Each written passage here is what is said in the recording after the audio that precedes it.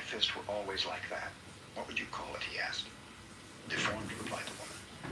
Then he opened his hand flat in her face and asked, suppose it were always like that, what then? Another kind of deformity, said the wife. If you understand that much, finished Mokusen, you are a good wife. Then he left. After his visit, this wife helped her husband to distribute, as well as to save.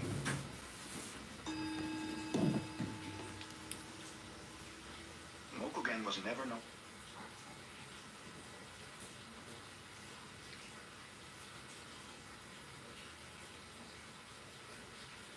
I'm going to read from a news article. This is a news article that was released 3 days ago. Okay, some researchers have managed to develop organoids using the endometrial cells from menstrual blood. Lab-grown 3D models of organs derived from stem cells found in the blood. These organoids can mimic what happens in the actual endometrium, the innermost lining of the uterus. Okay, so again, this is something that researchers have done today. This is an article written 3 days ago that talks about using organoids, using endometrial cells. Mazel tov. The answer to your question, why would they do it this way, is because why wouldn't they? This doesn't require surgery. You don't need to go and get bone marrow, painful bone marrow procedure. You don't need to, harvest little umbilical cords from mothers who want to donate them. Like, this is the most obvious and spectacular use of something that was going to waste that can literally eventually someday grow real organs. I never said it could do anything. I just said that they're using it to start 3D printing, parts of. So what I'm trying to say to you is that first, you cannot use a stem cell from one person to another. Okay, so it stays in the same person. No. So first, it's not waste. Yes. So basically, what I'm trying to say to you, my friend, is that the success rate of using like a foreign stem cell, it has a really low chance of working out. First, second, it's not wasting because, as I told you before, like you can use it only on one person. So like you can exclude the man, keep the woman. Okay, so half of the earth can do that. Second, I said to you before, show me some person they are working on it. When they succeed, then it's a fact. But now it's a theory. It's just a theory. It did not succeed. I have something to say. This TADR feels like Hymn to America. Republicans. were a scam in 2015. That's off topic. But when I read Jeremy's link, it says that at the bottom, it says that it says it can extract stem cells, and they could use it for people to because it's a versatility of like new cells. It could go for your bone, nerves, muscle, tissue, all that. So that's why they like stem cells. It'll regenerate your whole body. That's why it stops diseases. But the problem is only 4% of Jeremy's link is that 4% of them is peeing in a cup. And then so they can't really get that much and imagine if only like 1% of that donates. That's like nothing. That's like probably a few hundred people, a few thousand people. That's not going to be enough to like really start a treatment for that. So then they're like trying to see if they can take it from tampons and see if that's usable. If they can't take it from tampons, then they're going to have people just donate peeing on a cup. But if they can take tampons, then it's more than plausible. It's going to be like accessible for everyone. Wow, that's where you want that? No, come on. Hold on. Let me see this. Let me just respond to you, Doctor, really quickly. Like, what they said, I think is silly. If you get people to stick needles in their arms for donations, you're going to have some women who are nice enough to donate their. Yeah, it's not going to be. You can't do no real treatment with it. You're just going to get a few results that you can do in a lab. No, you're wrong. And let me just say this, okay? Tissues and organs grown from stem cells can be used in the body, particularly in transplant regenerative medicine, right? So this is called allogenic transplants, where stem cells from a donor are used to treat a recipient. Stem cells can differentiate into various cell types and tissues, making it promising for replacing damages then it can be translated because it's the stem cells going in without a signature. You're talking about stem cell transferring. Okay. Also, just from the standpoint of enriching research, I mean, you have another source of stem cells to work on to do research, so that's also right. 100%. I think it's just so much easier than bone marrow. No, It is. I'm not against it, Jen. I'm not against the talks, and that they will be taking place at lower levels. Then he said that it needs to be de-escalated, the situation, and that the rates are unsustainable. We know that. But then he wouldn't comment any farther on what's going on there. The European Central Bank has released moderating growth forecasts due to the tariffs. So we are beginning to drag down other economies, right? Everyone's sort of moderating their expectations Mazel because if tov. Americans aren't going to buy our stuff, we're not going to be able to make as much stuff, right? So the European Central Bank is moderating that. China is moderating their figures. Basically, every developed economy in the world, their central banks are now downwardly revising their expected growth numbers with the expectation that if these American tariffs stay, they will not be able to sell as much as they did. Furthermore, Bessent said they won't seek a currency target in talks with Japan. This is very smart.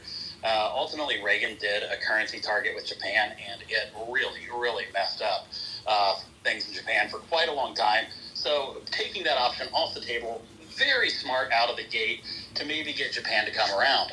However, Japan has said they have offered us trade deals, and we have not accepted them, and we said we would get back to them with what we actually want. So it's kind of clear that we don't even know what we're really asking for right now. What they approached us with was they would remove tariffs on our cars, and they would start importing our cars. We would remove tariffs on their cars, and then in addition, they would start buying double the amount of food from us that they're currently buying. So, that would have been a win for U.S. farmers, and it would have been, I don't know if a win, but it certainly would have affected the automotive industry one way or another. On that deal. Then, and this is important, folks, please don't, this is the most important part. Okay, what I'm about to say is the most important part, so please pay attention.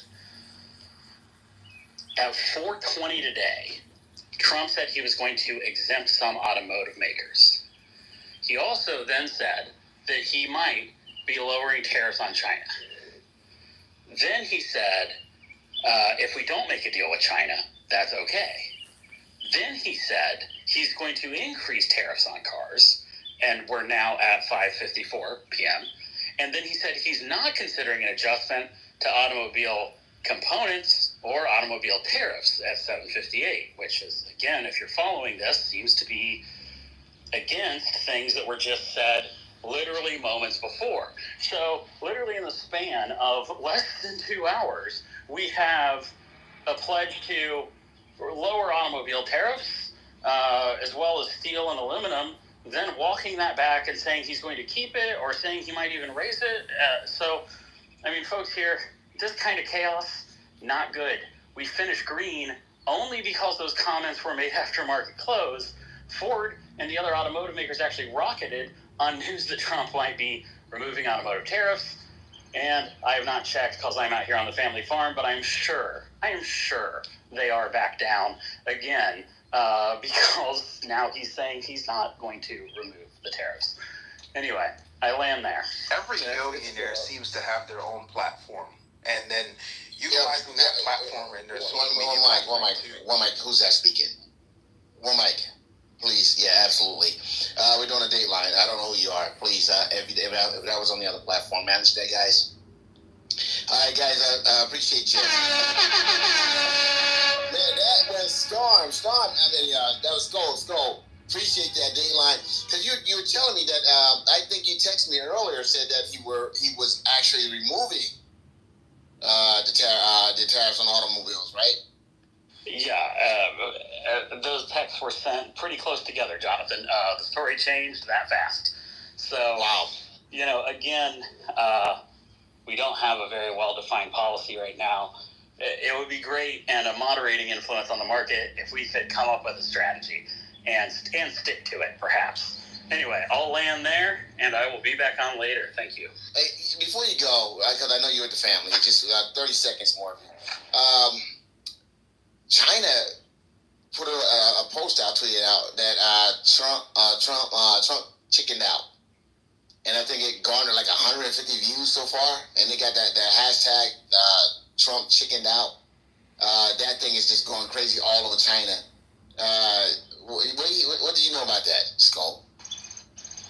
All I know is that it seems like every time a story like that breaks, and it's happened multiple times now over the last 2 weeks, he then immediately doubles down on tariffs. And I hope that that's not true. If literal optics and social media is driving his tariffing decisions, that would be disastrous for the future of America. So hopefully that is not what is driving these changes in behavior. Because if it is, we're in real trouble. I do not necessarily think it is. I don't think. So you're hoping he doesn't respond to that, right? I certainly am. Yeah. Okay. Appreciate you, Skull, as always, man. Go enjoy the family, man. We'll see you back here later on. Appreciate you as always, guys. That's Skull. Make sure you guys follow Skull. One of the greatest financial minds we have on this app and here on Debate the News as well. So I'm gonna go right over to chat. Christy Chatham. Chat, are you there? What's up? Hey, JB. What's up, Miss Tatum? Just kidding. And I am. Okay. And I am. You ready? You ready for me? Let's rock out. Let's rock out so we can do this. Yeah, so I'm Chad, and I'm bringing you the middle of the road, the balanced dateline for today. In Minnesota, Attorney General Keith Ellison has filed a lawsuit against the Trump administration. Guys, he's contesting executive orders that ban transgender girls from participating in girls' sports. Ellison argues these orders violate the U.S. Constitution, emphasizing Minnesota's commitment to protecting transgender youth. Supporters of the federal orders argue that they uphold fairness in women's sports by ensuring competition is based on biological sex and not gender identity. However, critics contend the orders are discriminatory, infringing on the rights of transgender individuals, and undermining inclusivity in education and athletics. Now, hundreds of political scientists, and this story is near and dear to me because my undergrad degree is in political science. But hundreds of political scientists have expressed concerns over the state of American democracy, citing actions by the Trump administration that they believe indicate a slide toward authoritarianism. The scholars point to recent policy decisions and rhetoric as undermining democratic norms. Some conservatives argue these concerns are exaggerated, viewing the administration's actions as efforts to restore traditional values and strengthen national sovereignty. However, liberals see these developments as alarming signs of eroding democratic institutions and norms, calling for increased vigilance and civic engagement. Now, Secretary of State Marco Rubio has unveiled a significant reorganization of the State Department. We knew this was coming at some point.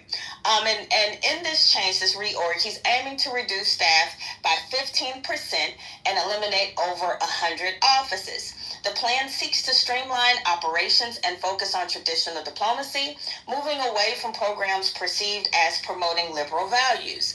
Proponents believe the overhaul will eliminate bureaucratic inefficiencies and realign the department with America's core national interests. However, critics warn that cutting some of these programs, guys, that are particularly related to human rights and diversity could diminish the U.S.'s global leadership and commitment to democratic principles. Now, good old President Trump. He has indicated plans to reduce the 145% tariffs on Chinese imports. Now, mind you, this has changed several times over the past few hours. And he's responding to the concerns from major retailers. He met with Target, Home Depot, and Walmart yesterday about supply chain disruptions and rising consumer prices.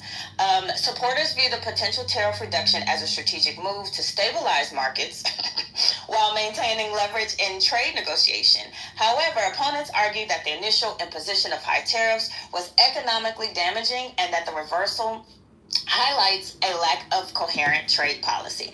And last, in Mississippi's special election, Perry Van Bailey won House District 23 and Gregory Elliott secured House District 82. These results maintain the existing party balance in the state legislature. The Republican hold in District 23 is seen as an affirmation of the party's policies and leadership at the state level. If you guys aren't aware of Mississippi, people believe that there are some changes that are going on within the district. And the Democratic hold in District 82 is interpreted as evidence of sustained support for progressive policies and a rejection of Trump's administration's influence in local politics. So we're seeing how these policies are actually affecting us locally. You okay? You need prayer? You all right? And that ends the balance dateline. Apparently, I'm triggering some of you. Probably MAGA. I'm probably triggering MAGA. No, y'all don't have self-control. That was a dissertation. That was a dateline. We weren't yelled at and gloomed and doomed for 5 minutes. So that was your middle of the road dateline, you guys. Skull must have been doom and gloom. Oh no, we were waiting on you to yell at us and tell us how Trump is an amazing president and how we have nothing to worry about. Chad, I would never yell at you, number one. Okay? No, we got yelled at by Andrew.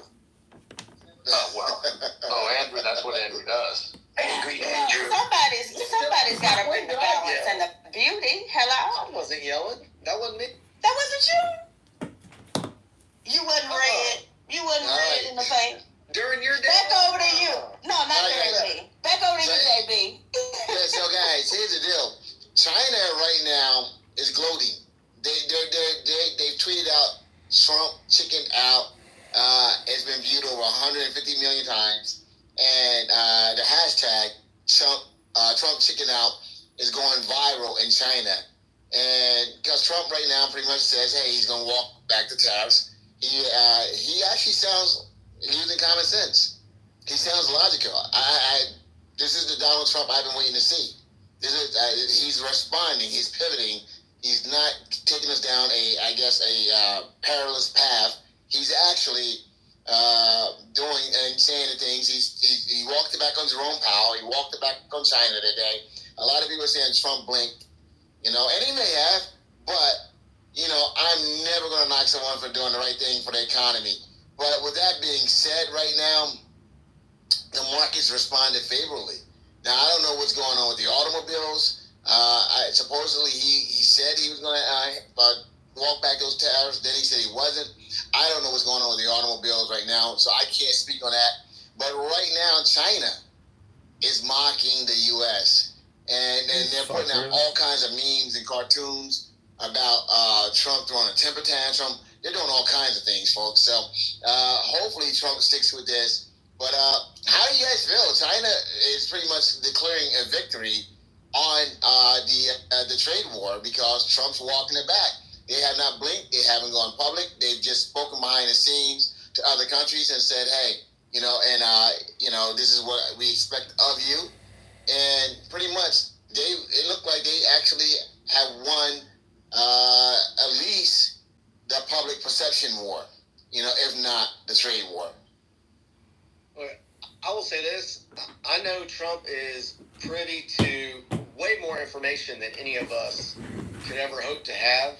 And so when he's in the driver's seat right now making these decisions, China can say whatever they're going to say. I've seen some of the memes. Some of them are pretty damn funny. Who cares? As long as he won't put his pride and ego above the country and he's doing what's right for the country, that's all that matters to me. I don't care about MAGA saving face or whatever. It doesn't matter to me. I don't know if it's according to his plan or not. If he's whatever decisions he's making, though, I feel like he is making them for the good of our nation. So that's and if you want to call that playing chicken or whatever, who cares? If it's good for us, it's good for us. No, I ain't calling that. Jonathan.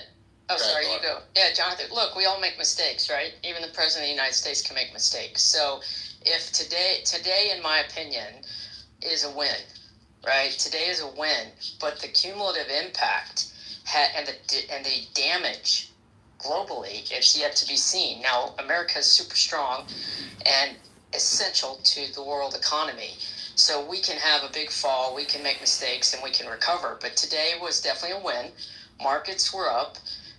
Today, we are on a sideways S. We are on a roller coaster, folks. And we are on a roller coaster trending down. So today was a win and a good thing. But is it a continued trade war and a storm in the future, or are we on a temporary trade thaw? That's what happened today, right? It was a trade thaw today. There's a lot of, I can add more later, Jonathan, when you want. And I won't do it now, but I'll add it later. Yeah, absolutely. In a second, I want to have that. I'd like to add something if I could. Who's that? That's Jamal. I'm over here on the other side. If I could, I'd like to just say this. Trump has come off today, and I voted for him, but he's coming off like a cocky white boy. tracks, bro. He's coming off like a cocky white boy, acting like he wanted to fight, but he got punched in the nose and wasn't ready for the fight. And China is laughing at him because they should be laughing at him. He should have shut the fuck up and moved a lot slower. Bill Clinton was our best president we ever had in my lifetime because Bill moved very slow and he was able to get his dick sucked too. What the hell? Oh, yeah. See, we got different rules here, man. We respect the women, man, and that, once again, ladies, I apologize for that. The woman's false. Yeah. Why it'd be all right if a man sucked his dick? Yeah, guys. Oh my God. So anyway, guys, we're gonna keep this thing moving. But you voted before, and I told you the guy was on the wrong side of the tracks. Yeah. So with that being Bring said, him over there from the clubhouse. That's what you get. Yeah. What I want to say is this right here. You should have checked him at the gate. You got to check these people at security, bro. Yeah, we should have. But listen to me. Without the language, he made a good point though. That's what I said. That's what I'm gonna go back to. Without the language that you used, okay. Without the language that you used, okay. I want to ask you a question. I mean, because you said you voted for Donald Trump. That's right. Okay. That's right. But are you unhappy with him now? What's going on? I think he came out of the gate too fast. When you're doing this stuff, you got to be really tactful and strategic about the way you unfold things. And he came out like a rookie, just like a lot of his cabinet has come out like rookies. And I don't like the way he came out. And he got my vote, and I'm disappointed in him. Okay, all right, I appreciate that. Guys, that was some honesty. I mean, it was a little bit too brutally honest, but there's some honesty from that gentleman over there. Right now, there are 12 states filing a lawsuit against Trump in the courts, okay?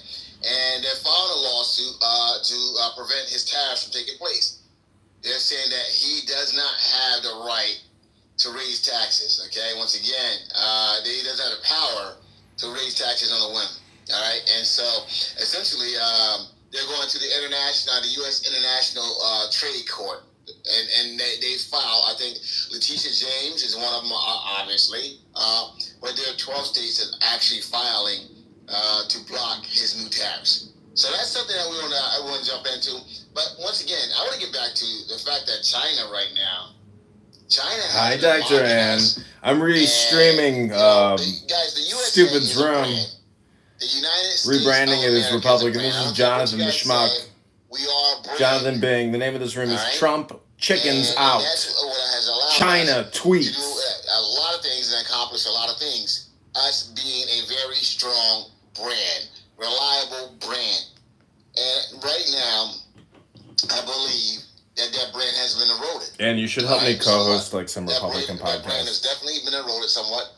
But We went to this Cook County, Chicago GOP event last night and caused some chaos. About face. I'm actually proud of Trump's about face. It shows that Donald Trump may, once again, doing what he thinks is best for America.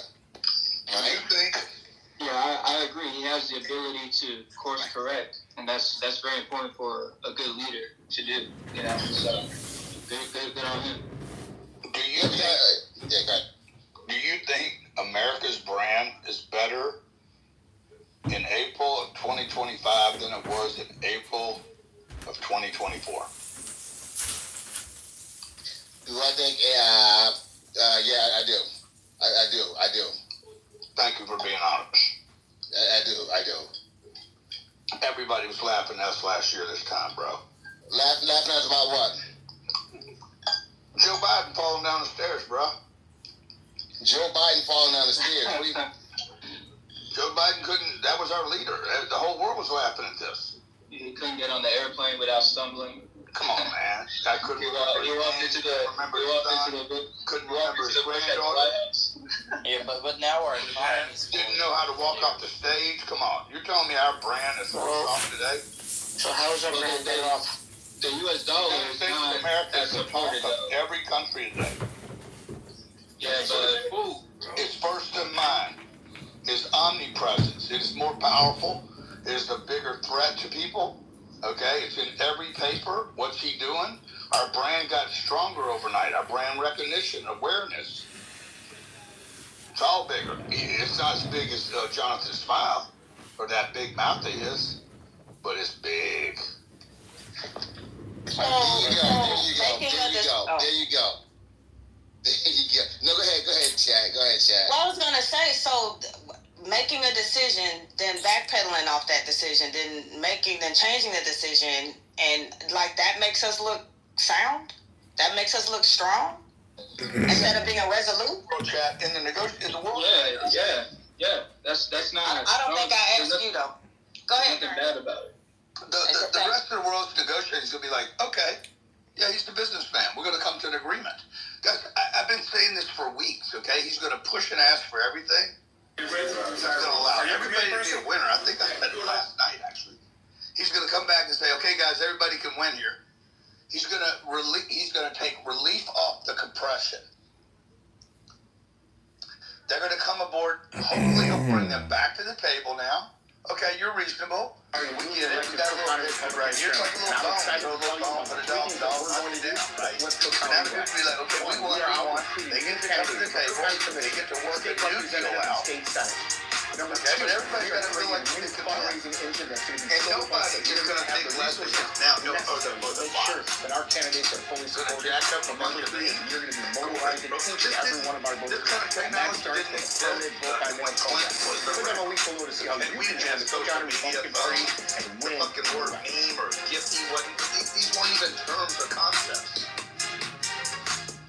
But Grant, you talked about, you set yourself up for this because you talked about Biden tripping going up the steps on an airplane, like that was something significant versus talking about tariffs and walking back on what you said you're going to do, and then saying you're going to end all or come to a deal with Ukraine and Russia, and that didn't happen. And like you keep going back and circling back.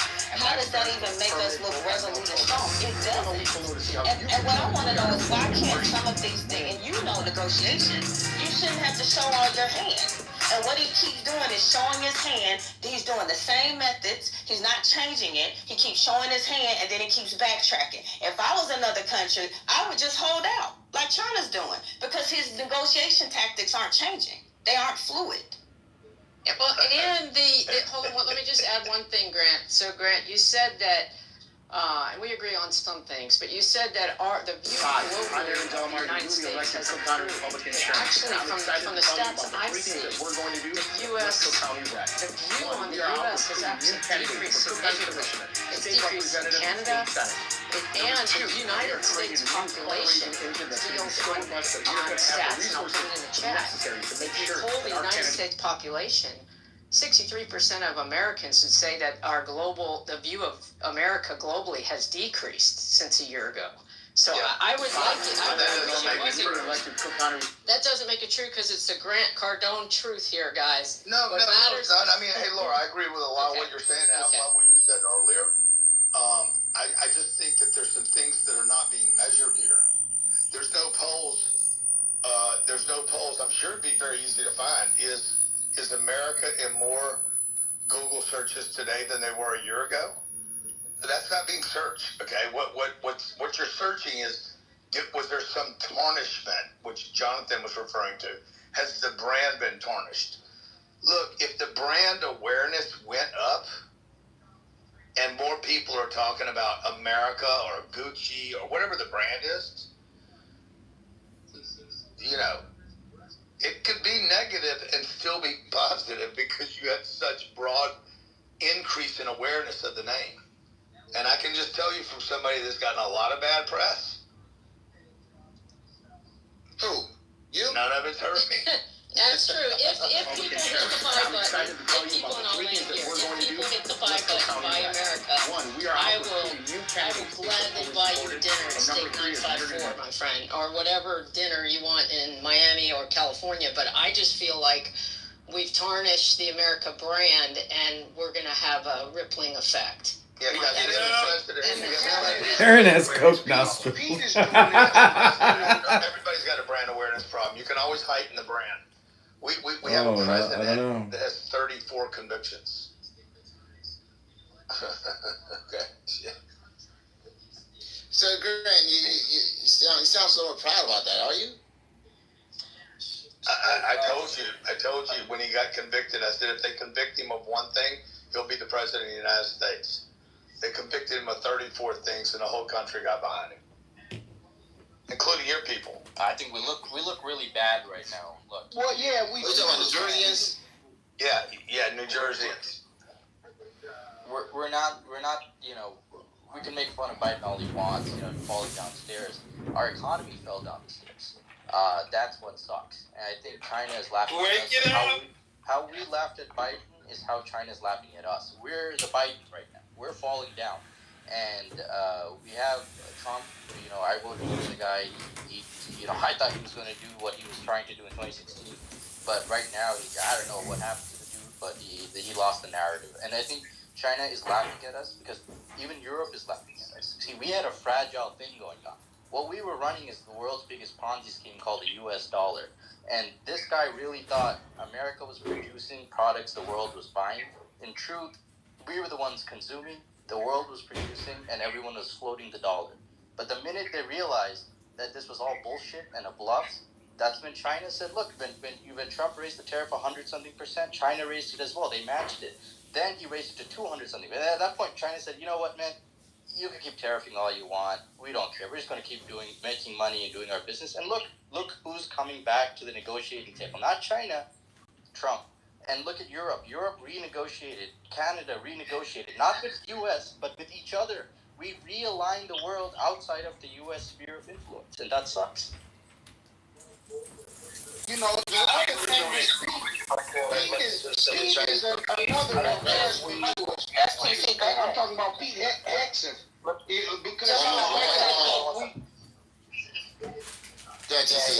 let me just say this real quick. If I find out, Grant, this shit is true, I'm sorry. That's a fuck up on Trump's part. I mean, I've been cheerleading for this strategy for the last fucking 4 weeks. We get concessions, or I'm fucking pissed, Grant. I'm sorry. That's the way negotiations. That's the way negotiations work. You raise the stakes, you change the game, and you clean the table. If we're not cleaning the table and they're coming to clean our table, that's a fucking problem, Grant. And I'm sorry, like, maybe we're in the middle of it, and maybe he has something up his sleeve that we don't know about. But if we walk away from this negotiation based off of what Skold is saying, and we get no concessions from China, we do have fucking egg on our face. And it's not going to be pretty. It's not going to look good for the future. It wouldn't portend well for future economic negotiations with the U.S. if they can just punk us like some bitches, and then we just like acquiesce to demands. Grant, you're talking about brand awareness. I know about brand awareness. Probably not as well as you do, but you know I'm a straight shooter. And if you did, you would have never changed your name from Snarky Puppy or whatever. I'm still snarky. Snarky Puppy. That was I gotta be honest, like the dumbest marketing move I've ever seen. If it's got you talking about it, so maybe it must be doing something for marketing. All right. Now, if there's some sort of light at the end of this tunnel, Jonathan, if Trump figures out a way to turn this around and create what Grant is talking about, create some perceived value or some perceived upper hand that China think they have, and then he comes in and gives them the impression that they're walking away with something when they're really not, then I say the man is a genius. But I think it's yet to be seen. I'm interested to learn what's the finality of it. Do we sit down with China? And if we do sit down with China, what are the outcomes? Do we end up getting a benefit out of this or no? Does he get any credit for making the power moves at all? Like at all? I think it was interesting to hear the comment that he's already lost. Not if we get power bottom. But give me 1 second, TC, because here's the thing. I just heard somebody say that he lost the narrative. And to me, I feel like he's writing this narrative.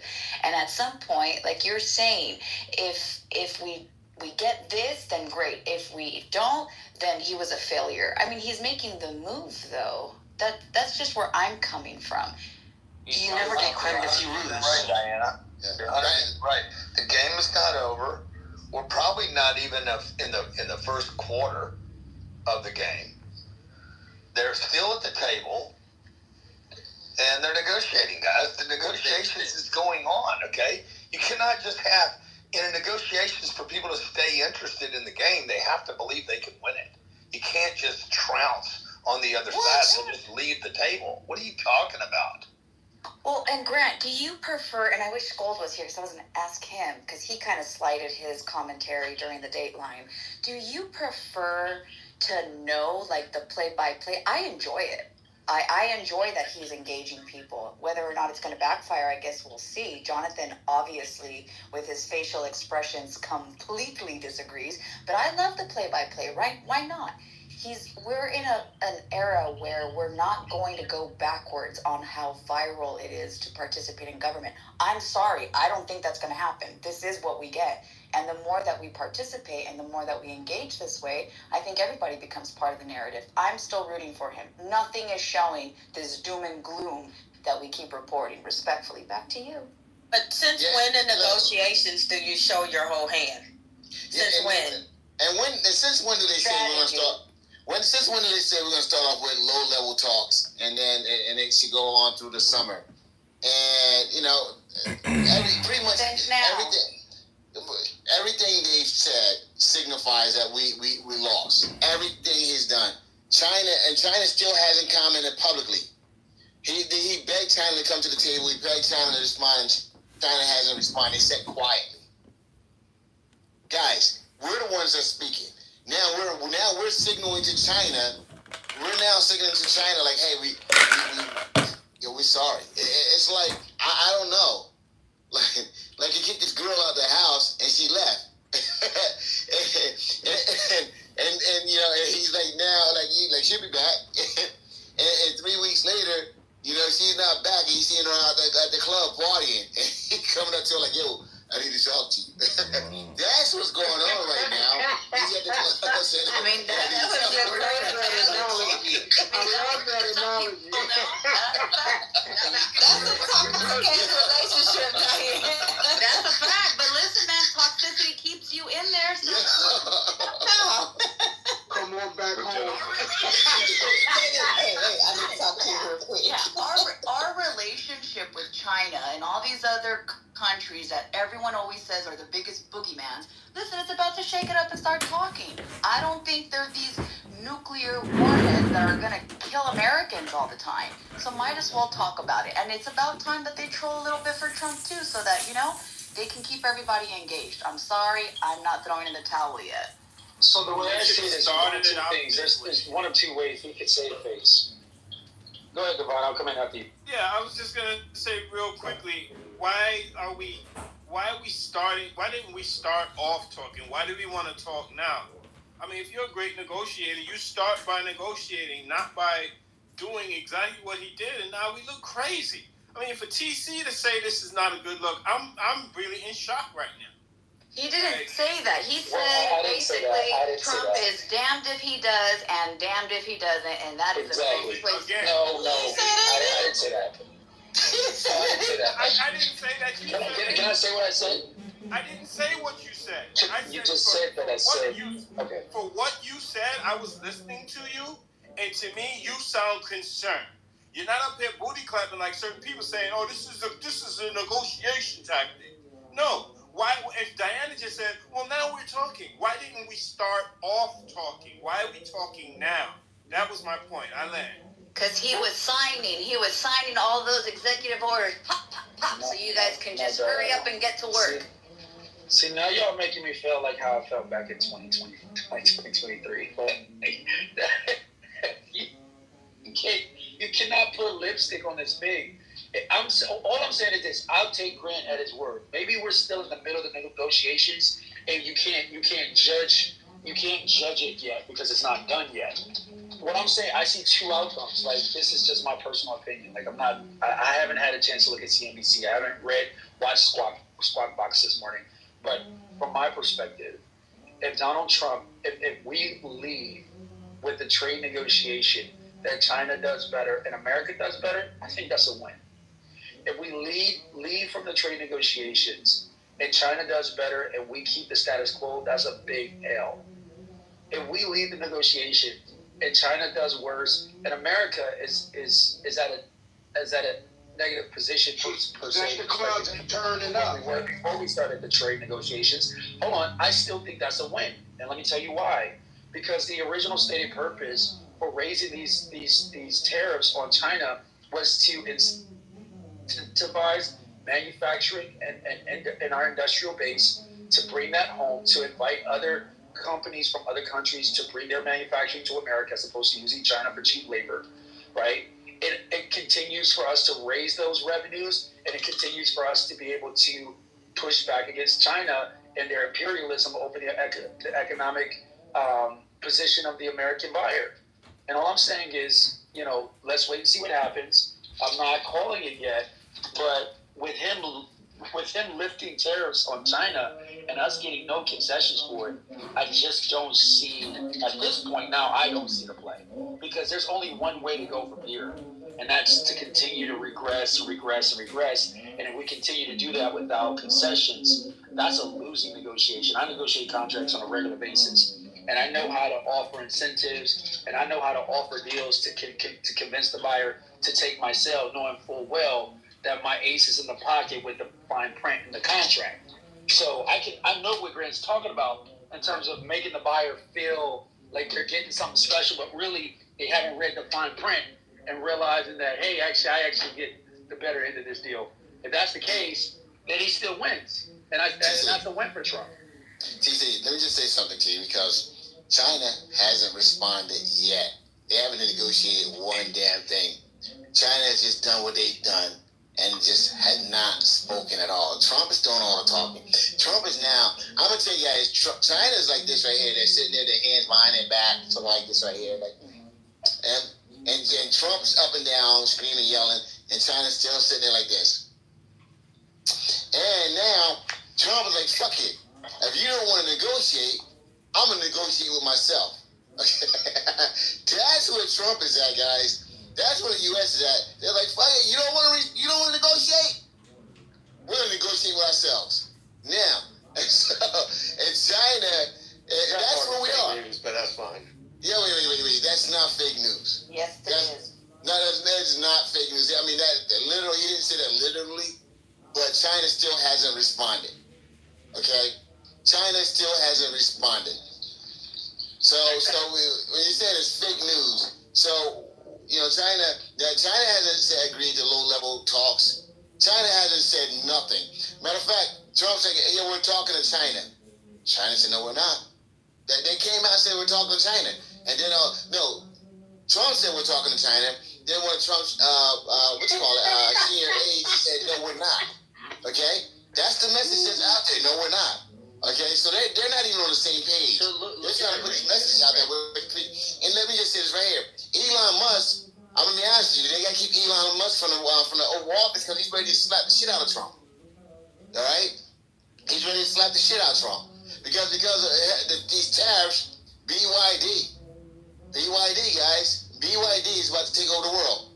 You guys don't know what BYD is right now, but a lot of you guys will pretty much know what BYD is by this time next year. All right? BYD. Build your own dream is what it stands for. Build your own dream.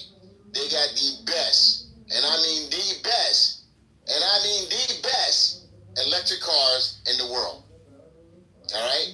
And they're Chinese made, and the European Union, the U.S. car, $60,000.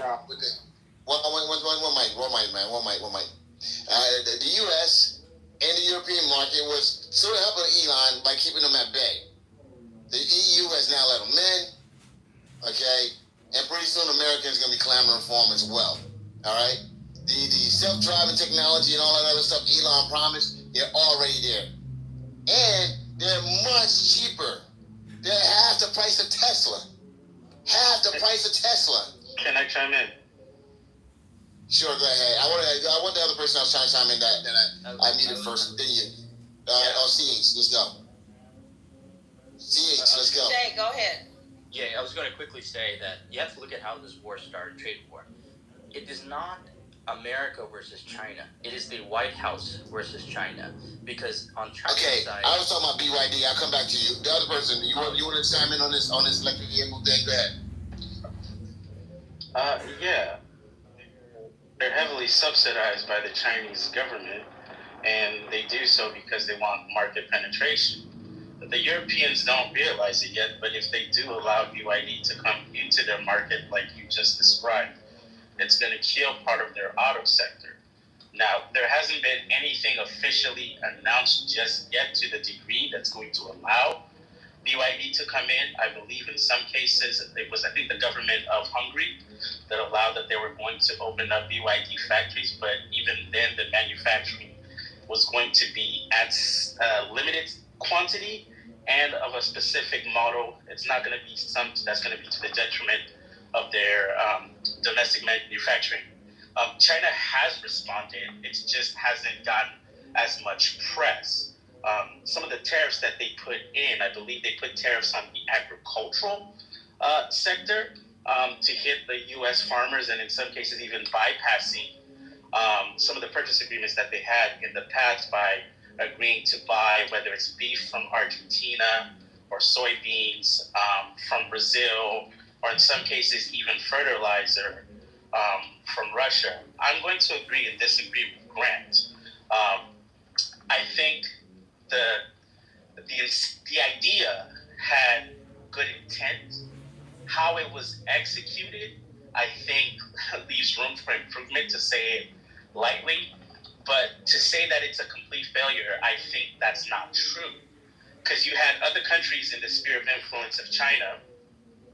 You got your Cambodias, your Vietnam, your Thailand, China has essentially offshored part of their manufacturing.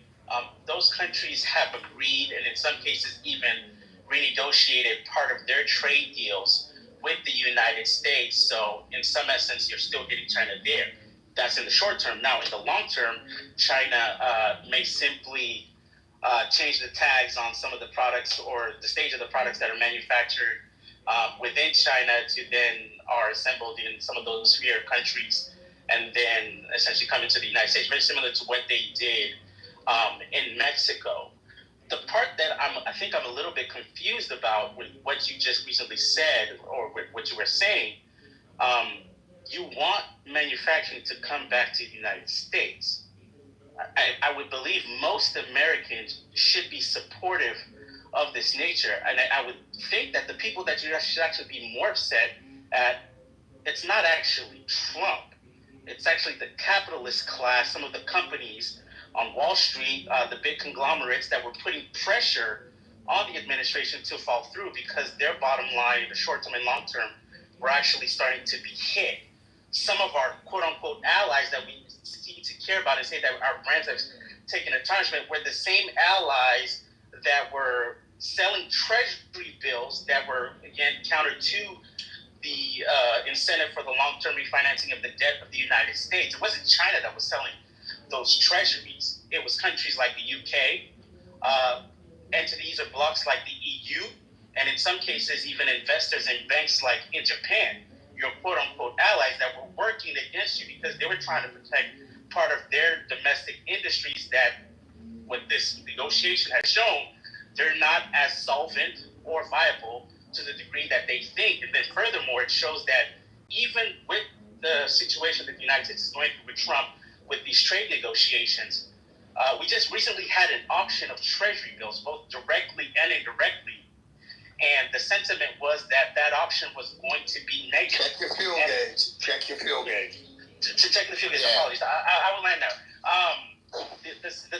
The result was actually the opposite. It was a very positive treasury auctions, directly and indirectly. I believe Secretary Bessent even said to that, which says that as the last place of storage, the United States dollar is still the place where investors in Europe, in Asia, are still flighting towards. And even with the chaos that Trump created, that's still alluded to. So now you know he wants to make a deal.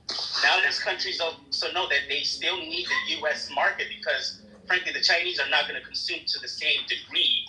And their investors, their manufacturers are also going to be impacted because, listen, they can say all they want. Africa is not going to spend the way the American consumer does. Neither South America and neither Nobody. especially we're going to be going through towards this. Can we just? I'm landing. I know, bro, but like. Yeah, you said you landed a little while ago. Get the conversation too. Yeah, can Clubhouse get? It's Bull here, real quick. It's Bull here. Can Clubhouse get in the conversation? No, I'm just saying, like, guys, everybody's at the table right now. People are having conversations right now. To suggest that what he's doing is not working is crazy. We're talking about business rather than bullets. We're not at war. We're talking about money and finance. Donald Trump is a deal maker. And Donald Trump wants to do deals with every one of these countries, okay? For the U.S., for right now, and for the future. There are deals being talked about right now that have nothing to do with tariffs. Okay? Like, come on. Jonathan, if you were in a position, do you think you would tell the American public everything? Well, absolutely not. Exactly. I'd leak it out. However, and the best way to hide everything is to be noisy about a few things. Dude, I'm in D.C. today, okay? I asked my driver, hey man, what's the economy like here? He's an Indian dude. He's got 3 kids, a family of 5. He is elated. He's like, I have done 12 trips to the White House in the first 3 months of the year. I didn't do 12 trips in 4 years when Biden was here. There's meetings every day. There's activity at the airport. The FBO that you flew in was full, so they had to park you at another FBO. Okay, I talked to another guy today in the driving business. My business is up 40%. Freaking love it. Everybody's back in the office now. We have like 70% more people in the city. The coffee shops are doing better. The restaurants. I went to dinner tonight. Freaking place didn't have 2 seats in it. If I didn't promise, I'm lucky I got in the place. I did have to make a promise. Now, I did talk to one guy at a major financial institution that said, bro, he came in the meeting, he says, Trump has ruined my life. Okay, he's a major financial institution. And he started making fun of Trump and everything. I said, well, let me ask you something. Who'd you blame last year? And he's like, oh, that's pretty good. Yeah, we had, because they were off last year too. Now he's way off this year. Anyway, my point is, Trump is a businessman. He a businessman. Oh my God. This guy. Business. You know, this is cringe. What's up? So one second, we got CH. We have CH been waiting for a while. Go ahead. Wait, you started on time tonight, Jonathan. I'm really proud of you. Did you? Not quite, man. We were probably about. Here you do, Grant. We're probably about 30 seconds off, something like that. Well, that's good. We'll get there. Everybody come off, Mike. Jonathan did a great job. JB, you held it down. You were so on time today, man. Come on. Come on, man. I'm going to be short and concise. You gotta go. And I'm going to be short and concise and just say, hold this L. It's not a good look for y'all. Y'all copping please, just like Trump. Mother, you got it. Okay, so I was gonna jump in a little bit earlier, and we're talking about America's brand and global image. I think one thing we missed is the fact that obviously America's favorability ratings are down, but China's are not skyrocketing, but they are significantly higher than they were prior to Trump having these tariffs. Other countries now view China as being a more positive influence on the world than America. I think that is problematic, right? You have countries that are American allies traditionally now signing new trade deals with China because they know that America is an unreliable nation, and China knows the truth that the American consumer is weak. And people lack patriotism in the country, so they're not willing to spend $3-4 on a product that is American made, and China knows that. All they have to do is wait us out, and people crumble like little bitches. Yeah, well, absolutely, guys. China, there was a fire in a Temu factory, and they destroyed a Temu factory. They said the estimated damage is like $5.42. I'm just kidding. You guys don't get it. The products there are so cheap and expensive. You can't compete with China. Tara, I see that you're here. You were able. What are your thoughts about this? China actually putting out there that Trump chickened out and mocking the U.S. For caving on a trade war. What are your thoughts on that, Tara? Look, you know my thoughts. My thoughts are this is a man who really didn't have a plan. I think Donald Trump thought, I'm going to sort of tell everybody, I'm putting tariffs on all of you, you're all going to come to the table, you're going to bow your head down to me, and then I will make my deals. I don't think that happened. So now he's been going back, up, down, we don't even know what he does. I don't think he has a plan. I understand that there are people who think he's a mastermind. I don't think he has a plan. I think he's changing things depending on who tells him what on a given day.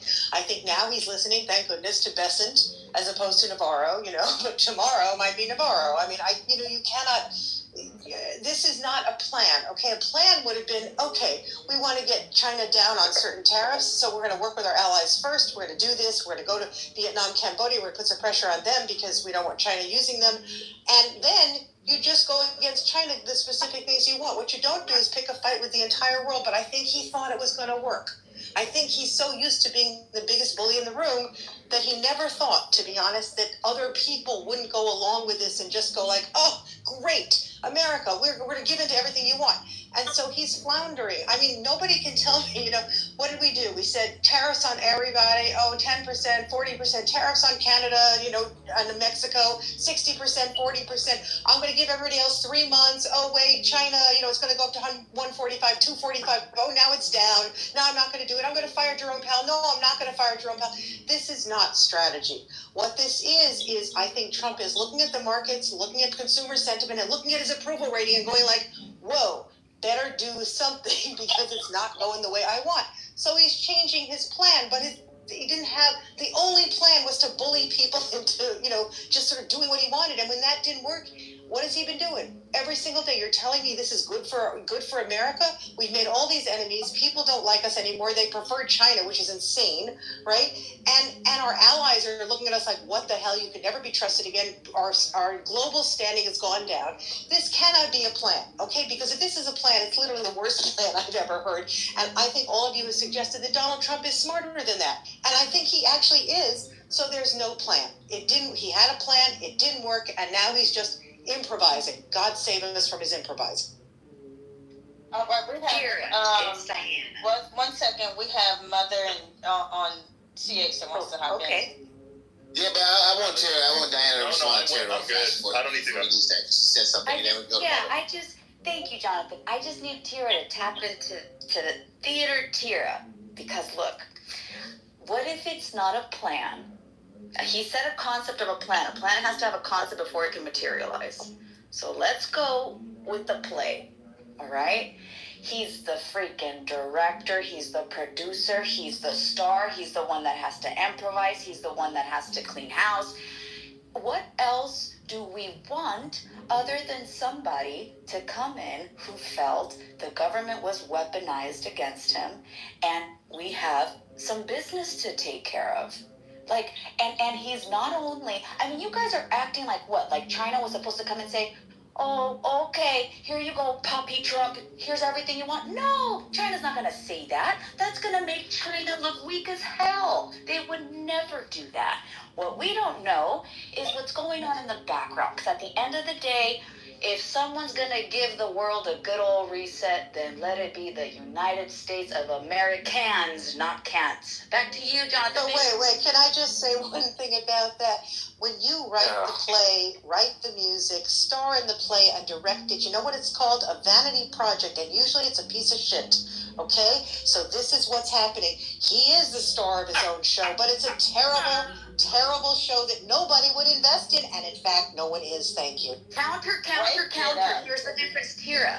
This is in front of a live and active audience. Very much like the difference between regular podcast and what's being done here in DTN. It's different. It ignites. None of whom are paying a nickel to see this show. Let's just get real here. It's a free movement. Where's that sound effect, Jonathan? You are so It's young. not about the money, you guys. It's about the movement. What? We're gonna go back to CH. One second, I want to go back over to CH. Go ahead, Chat. So I was gonna say that, going back to it, one of the big reasons it's failing miserably is, like I said earlier, this isn't America. Wait, this is the guy that spoke for like 18 minutes, and now he's speaking again? Is that the same guy? No, it's not the same guy. Okay, go ahead. No, he's on stage. No, I don't know who that is.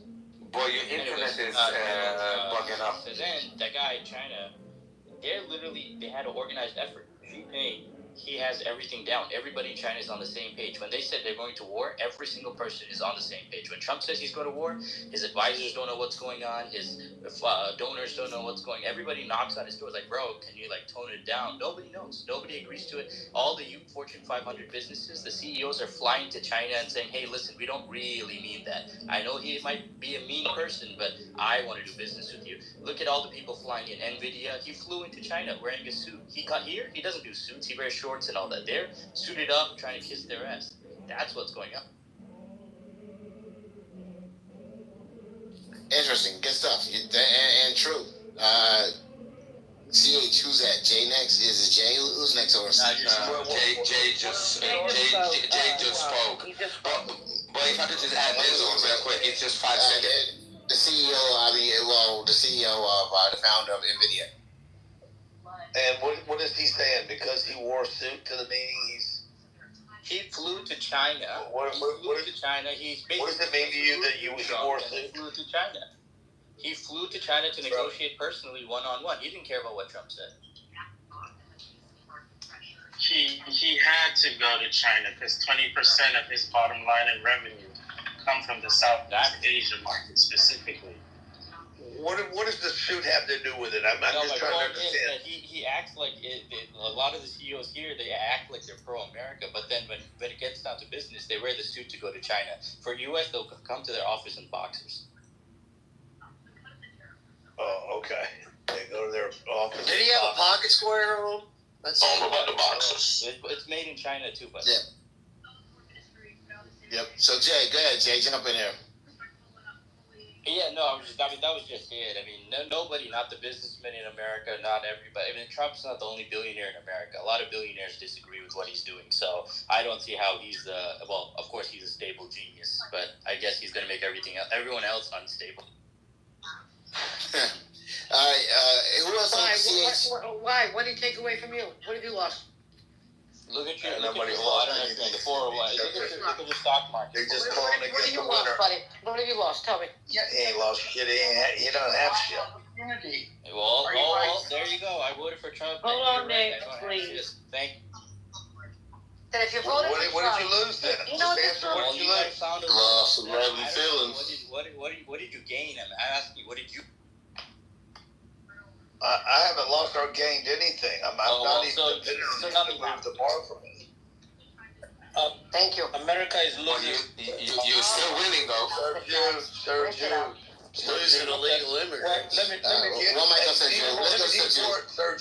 deport Sergio. Just let me put him on that fucking plane. Well, Grant, respect you. Leaving on a bed plane. Okay, you really heard you. You don't want me to speak. You don't want me to speak, right? Oh, go ahead. Sing it, Grant. Sing it. Hit it. Yeah. You're a very good marketer, and that's why I respect you. I respect you. I'm playing. I do respect you very, very much. And that's why I take your submission with a grain of salt. Because I respect your business acumen, and I'm not going to knock your hustle. Thank you. I respect you too. You know, but I still know that there are some personal interests in there. But let me go to what we have done so far. Okay, hopefully we can get it together someday. But look at where we are. Okay, we have alienated our allies. We have so far lost the Boeing $20 billion deal, 20 years $1 billion deal. We lost that. We have lost agricultural meat industry to Australia. We have lost Chinese enforcement of American intellectual property rights. We have lost Japan and South Korea's influence to China, at least mercantilely. Even though we have our military bases there, we have lost that influence to them. We have increased Chinese resolve to encroach into Taiwan. That is brewing. Okay, we have impelled China to support Putin's war. You're going to hear this in about a day or two, that they're supporting Putin's war. Okay, and we have also compromised American credibility and influence in leadership. And we have done all this without China coming on the negotiating table. Where is the positivity? Yeah, so what have we gained, Sir Jude? Start naming off all the investment of offshore companies coming in to invest in the United States. How many trillions of dollars are coming to invest because we have a strong president right now? Yeah, including some of them from those countries that you said we lost deals from, like Japan. So I don't know what you're talking about. The Japan is leaning towards the United States. Why? It's leaning towards China. They hate America. Guys, if you hate your country it makes no why do you live sense. here? You hate your country so bad. Why do you live here? I don't think. One time. I don't think anyone hate America, Cindy. I think actually the fact the ability to speak against America is what makes us uniquely American. Oh, I see. Yeah, the ability to actually speak American is what makes us uniquely American. Well, Jonathan, I mean, Sir Jude just said how much we lost and what we lost. And what's interesting is nobody talked about what we've gained. But we have we really gained it yet? Have we really lost it? Yeah, everybody absolutely. says we've lost credibility around the world and we're not looked at as a world leader. Bullshit. I'm sorry, in 90 days, you're not going to lose credibility in 200 years in 90 days. I don't care who you have at the helm. We didn't have credibility for 20 years. Because we had a president that was auto-penning and not making any decisions, and he had a team behind him, and he Trump was also had a different government. So if you really look at this, Jonathan, you and I, you both know that when you have weak leadership, you've got to come in with a sense of strength, and you've got to come in with resolve, and you've got to come in with power. Because you know what? Too many times we got walked all over on the world stage because we had a guy who was shitting his pants on camera. So you can't deny that, dude. And you know what? I don't blame Trump one bit for coming in the way he's coming in hot. He's coming in, he's moving quick, and guess what? If you can't keep up, no big deal. And you think it's costing the American people this, that, and the other. We just heard last night in here, somebody lost $150,000 and they had $250,000 left in less than 60 days. And like 3 days he lost it. Maybe that's true. But you know what? We have to be smart as Americans because guess what? We don't depend on our government for our own success. So I don't know what the hell everybody in the chat and everybody here every night keeps bitching about. You guys have to understand that the more you depend on your government and the more you care about the decisions on something you have no control over, the worse you're going to be and the more toxic you're going to become and the more negative and critical you are of other people and yourself. And it doesn't better your life one bit. The American dream is to build prosperity. You can do it without your government. And that's the problem. Nobody's wanting to take responsibility for their own self. They just want to blame their own damn government. And it's so freaking pathetic. So you gotta hit them with that quote from JFK. Ask not what your country can do for you, but ask what you can do for your country. I love that. Boom, Christopher. That's my guy right there. He seems storm all the way. Remark. That is not that would be a Republican remark today. That's not, Cindy. It was a why do you guys don't know? It is what. All right, you guys claim every Democrat that you want to claim and repudiate. But once again, there's a Democrat every morning. It was said by a Democrat. But anyway, once again, folks, you guys come on. Cindy. I love you, man. But now all of a sudden you want to make JFK a Republican. So, there you guys. We got to give the Democrats something they can relate to. You don't think that today? No, he wouldn't. No, he wouldn't. Okay. Really? Give me why not? No, his brother Teddy, right up to the day he died, was a staunch Democrat. Matter of fact, his family right now, for the most part, all of, with the exception of RFK Jr., are Democrats. So that's not. Okay, that party's long gone. Okay. No, okay. But once again, they're all here. They're all here, and they're all Democrats. Ted lived in Massachusetts. Come on, stop. Okay, JFK lived in Massachusetts. Of course they did. They lived all in Brooklyn. Okay, exactly. So what are you talking about? You're arguing. Thank you for making my point then. Okay, if that's the qualifier. If that's the qualifier. But hey guys, real quick though. Wait a minute, hold on. Wasn't Ted Kennedy? Isn't he the one that went over the bridge? And what happened to his girlfriend? She died. She drowned. So what's the point? Yeah. What's your point? No. What's the point? That's what I said. What's the point about JFK? JFK. Let me tell you something. Not JFK. Did Ted? No. You said that JFK would basically be a Republican now. Yes, that's what she said. So Cindy, JFK was opposed just with his full fiber to Soviet communism, right? He hated Putin. He would have hated Putin. He would have been totally against Putin going into Ukraine and doing what he did. He would never have sucked up to him. That was number one. That was one of his biggest. I don't understand what you're saying. He was also a huge advocate for democratic values, individual liberties, things like that. Okay, he believed in the Constitution. What do you say? The Democratic Party that is today. It was the Republican Party. It was the Republican Party. It is the thing is, the Republican Party. I cannot tell you how many times, and you've said it yourself, Cindy. I don't care about the law, the Constitution. I wish we could just do this faster. I do care. No, that's not what I said. But what I'm trying to say is, but JFK would have never agreed to making these sort of moves because he did believe firmly in the Constitution and the laws. He would never have done these things. I really think you're wrong about what you're saying about it. Because he lived a very good moral life, didn't he, honey? Let's think about that. Of course not. Oh, wow. Why are you bringing it? Trump? But what does that have to do with political opinions? Okay, he was a child of the Cold War in essence, right? So maybe he would have changed completely, but I don't see any reason to say he would have been a Republican now. I don't know. And listen, I just said that's a Republican remark. Don't ask what your country can do for you. Ask what you can do for your country. I'm sorry. That line says it all. These lefts don't want that right now. They want everything handed out to them. Yeah. So anyway, guys, real quick, guys. With that being said, guys, hey, thank you for, guys, if you're listening at home, first and foremost, this is Debate the News, the podcast. And we come to you nightly on Chatter Social, the app, guys. Chatter Social, you guys can download Chatter Social either at the Google Play Store or the Apple App Store, free of charge, doesn't cost you a nickel to do so. We have Debate the News and a bunch of other wonderful shows that you guys can come and participate live and every day. Chatter Social app, once again, download it at the Google Play Store or the Apple App Store.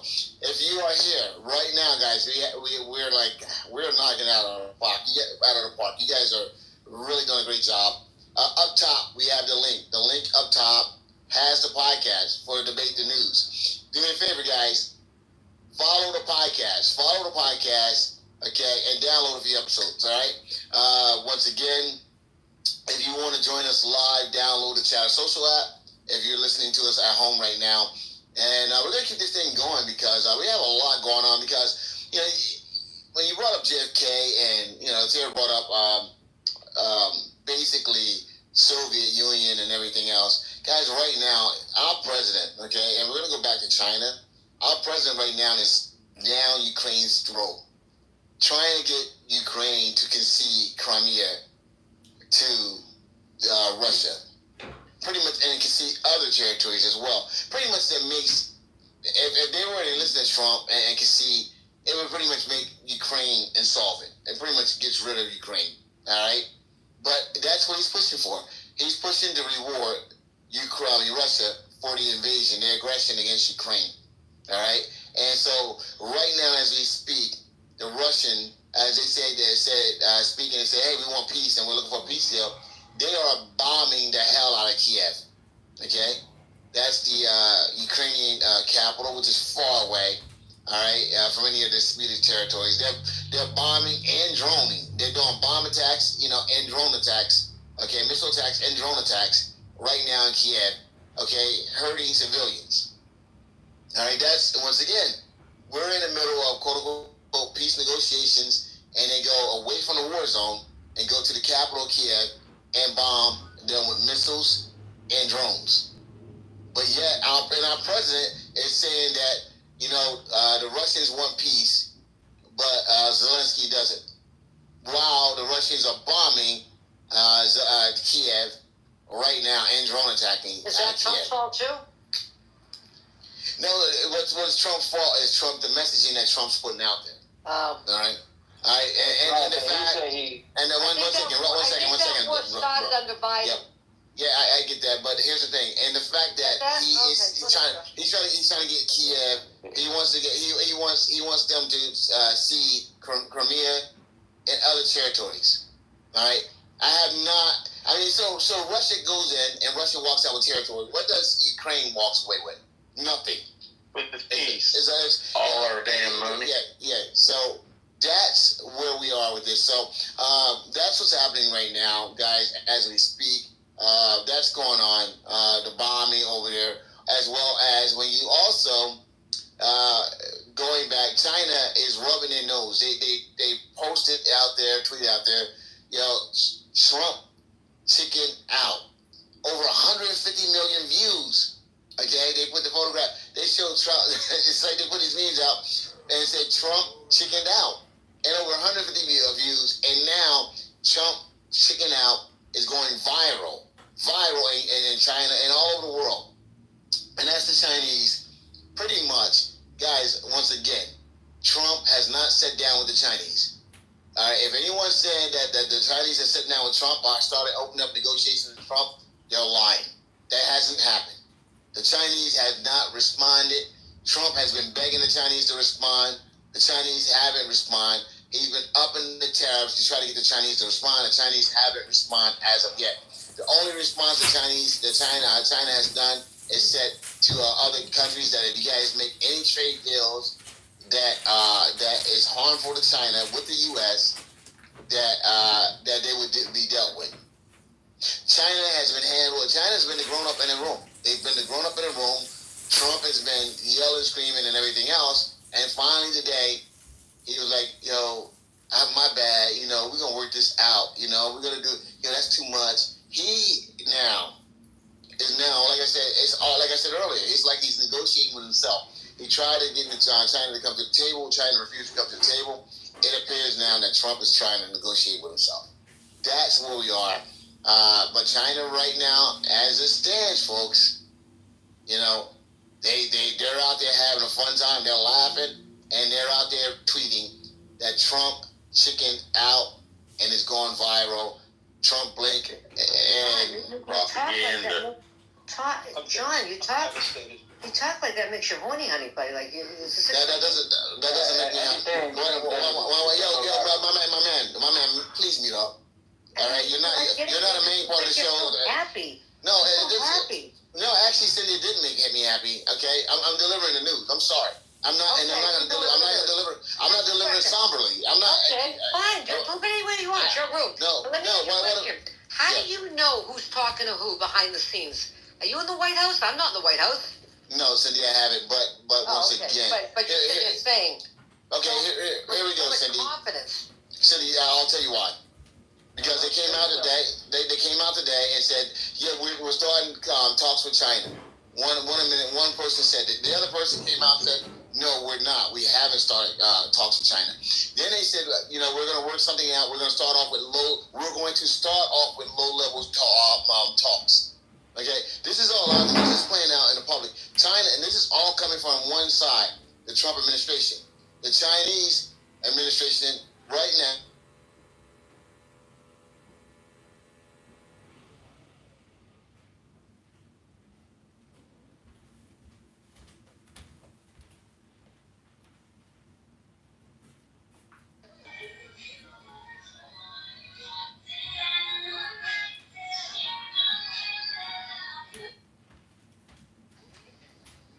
Hang tight, JB will be right back in just a moment.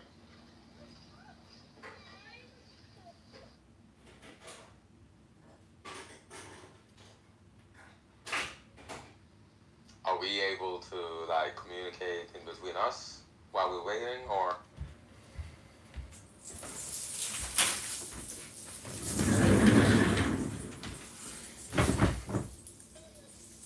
Yeah, go ahead. If you have something to say, go ahead. When JB pops back on, we'll mute. Right on. So what do you think, Jay? Yeah, I just think that, it's, like I said, right now, if Trump says demonstrably true, so I think about that a lot, that young kids are shocked by certain things and not others, and it feels weird. Christine, I saw your hand. Yeah, I one or two comments and then a question. There have been patterns. There's like a pendulum swings from parenting patterns of like the parents who spanked, then ended up having children who then had time out, right? And then I don't remember the next one, but then there was teaching children about their own emotions and how to regulate so that they can better manage their own and understand themselves, let alone understand their peers. Like I've seen videos of 4 and 5-year-olds that are helping one another or helping younger siblings or even responding to a teacher. And so there is more sensitivity there, but I think it's because they're better equipped. And I've also heard about horror movies, for example, that because we are still cave people living in a technologically advanced world, we're not equipped for the non-danger of the savannah, right? And there is a utility in, not for me, but for some people to go to the horror movie and have the tension like torqued to a certain extent and then released, torqued and then released. And so there is utility there. And obviously, I think it's going to be different for each individual, let alone comparing it to real life. But the last thing I wanted to ask was, when we're talking about like the rigidity versus flexibility of identity, or the way I see this is that there is so much rapid change, whether we're talking culture, science, tech, whatever the thing is, that change is happening at a rapid rate. And because we're still capable, essentially, we're not equipped for that change, but psychologically we try to create coping mechanisms of certainty, of control. And so I wonder if we can synthesize these boxes to have better understanding for more nuance and complexity, or if it's just going to continue in this path of a fight for more quote-unquote certainty, which causes more conflict, or if there's a way out of that.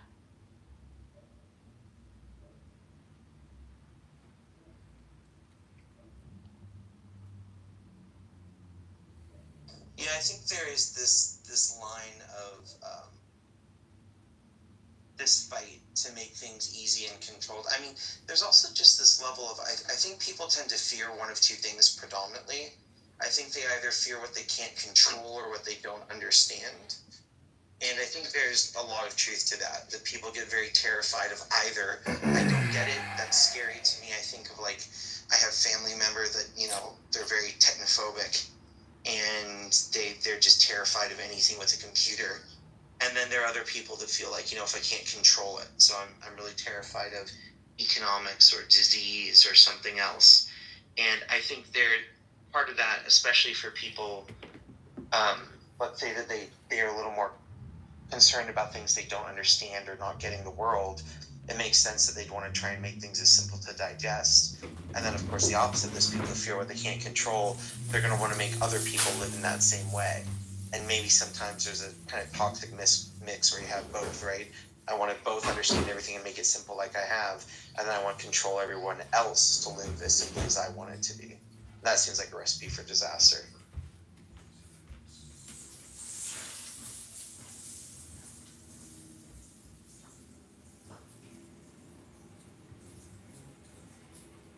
I don't know if you saw the chat. Brian Temple says he has his. Oh, hold on. I'm not really watching. Hey, I'm not really moving away from the screen here, so I'm missing some of that. Let me. Okay. See if that works. If it doesn't, you might need to jump out and jump back in. That worked. Thanks a lot. Yeah, I think about this a lot. I'm curious, Joe. I think we were talking about this a couple times in the last few months on how when identities and roles change, I think that is one way where authoritarians can really want to come to power and rise, to try and have the ability to prevent that change from what they understood and control. And I think that's one of the reasons why you see this sort of like systemic full court press to take back mechanisms of education and societal acceptance in the media, because if it's, I feel out of control because things are changing. And so it's that reactionary process of something's changing, I don't want it to, I have to stop it, but I can't, it feels inevitable. So I'm going to have to, exert all the possible force I can. Yeah, the one thing I remember them talking about was the rate of change. Like, human beings in general just don't like change. They don't like it. And one thing with technology is it changes so rapidly. And that's one of the things they've got to figure out is how they can have human beings, like, actually adapt to this rate of change as well, too. Because, I mean, it's unprecedented, and you literally see all sorts of problems. I mean, I think his name is, I'm going to have to look up the name of the book. I think the book is called 21 Lessons, I think, for the 21st Century. Who wrote the book? Okay, yeah, it was Yuval Noah Harari. I'm sorry if I pronounced that wrong. But one of the things he talked about, I remember this book came out, I feel like 2 or 3 years ago, was he talked about technology and, like, AI. And he talked about how by, like, 2030, I think this was, like, said right in 2021, 2020, he was just talking about the fact that I think he said, like, half of the jobs that people would be doing by 2030, maybe 2035, hadn't even been created yet. And I was like, that's wild to think about when you think about, like, what human history has been as far as, like, jobs and technology and what people have done historically versus how quickly something can be a viable form of employment one day, and then, a few years later not be viable at all, and just how human beings are going to deal with that. And I think it's part of what you're seeing with a lot in the West right now is people not really coping well with sort of the changes. I guess you could argue for the world, and that's why you're seeing sort of the blowback against globalization, and some of the nostalgia is people not liking that change and seeking out an authoritarian or a strongman, someone to sort of make things that the world sort of feels out of control right now, sort of make it make sense and make it feel safe and make it feel normal again.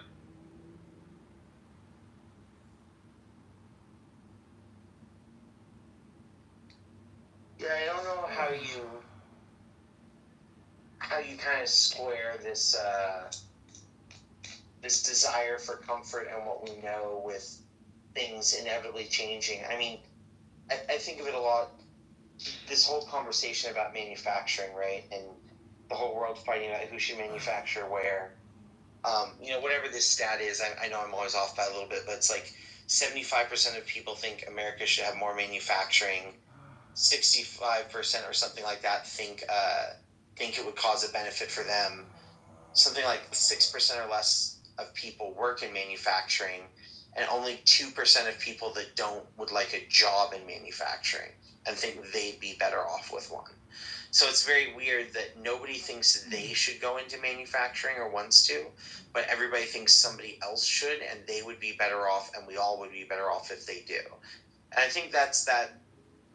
I'm caught between a couple different mindsets. If they think they're going to get a benefit, but they don't want to do it. It's kind of like, most people would like some sort of safety provided for them, but they don't want to be the one enforcing safety in their communities. And it's kind of like that line, but also I wonder if it's just that people feel like they understand this. Like they feel like they get this and they want this and they feel like this should be happening. I wonder what's going to happen with, technological change. I mean, if you look at, I had a historian friend once tell me, if you look at the way people lived in 1200 and the way people lived in 1500, most of the change just came from weather. Like the way of life didn't change. They weren't farming in drastically different ways. They didn't have like different metal. It was like, you know, mostly weather and maybe a slightly different church. But even most people didn't go to church. That's a huge misnomer. Like most people were nowhere near a church and didn't interact with it that much. So, you know, the average person, hundreds of years would go by, multiple generations, where father, son, mother, daughter, you know, all this stuff, it would just be passing on what we do. Sustainability was the primary goal. And then it's kind of funny because I don't think we talk about this part about technology because we're so deep in it. We can't, it feels that kind of realist mentality, like this is just the way it is. But technology really, once it starts advancing, rapidly changes itself and advances our society. That's like you have to try and strap on. Like you better grab on for dear life and try and survive because it's going to push forward. But I think part of this, like, you know, things advancing and pushing forward is that change is so rapid, like you said. Like if you look at how people lived in the 50s versus now, it's very different.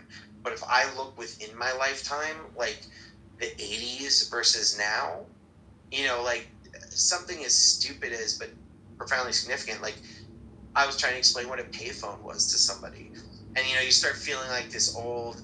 I'm thinking, God, my this is how my parents, my grandparents felt, but like my great grandparents wouldn't have had anything like that to say.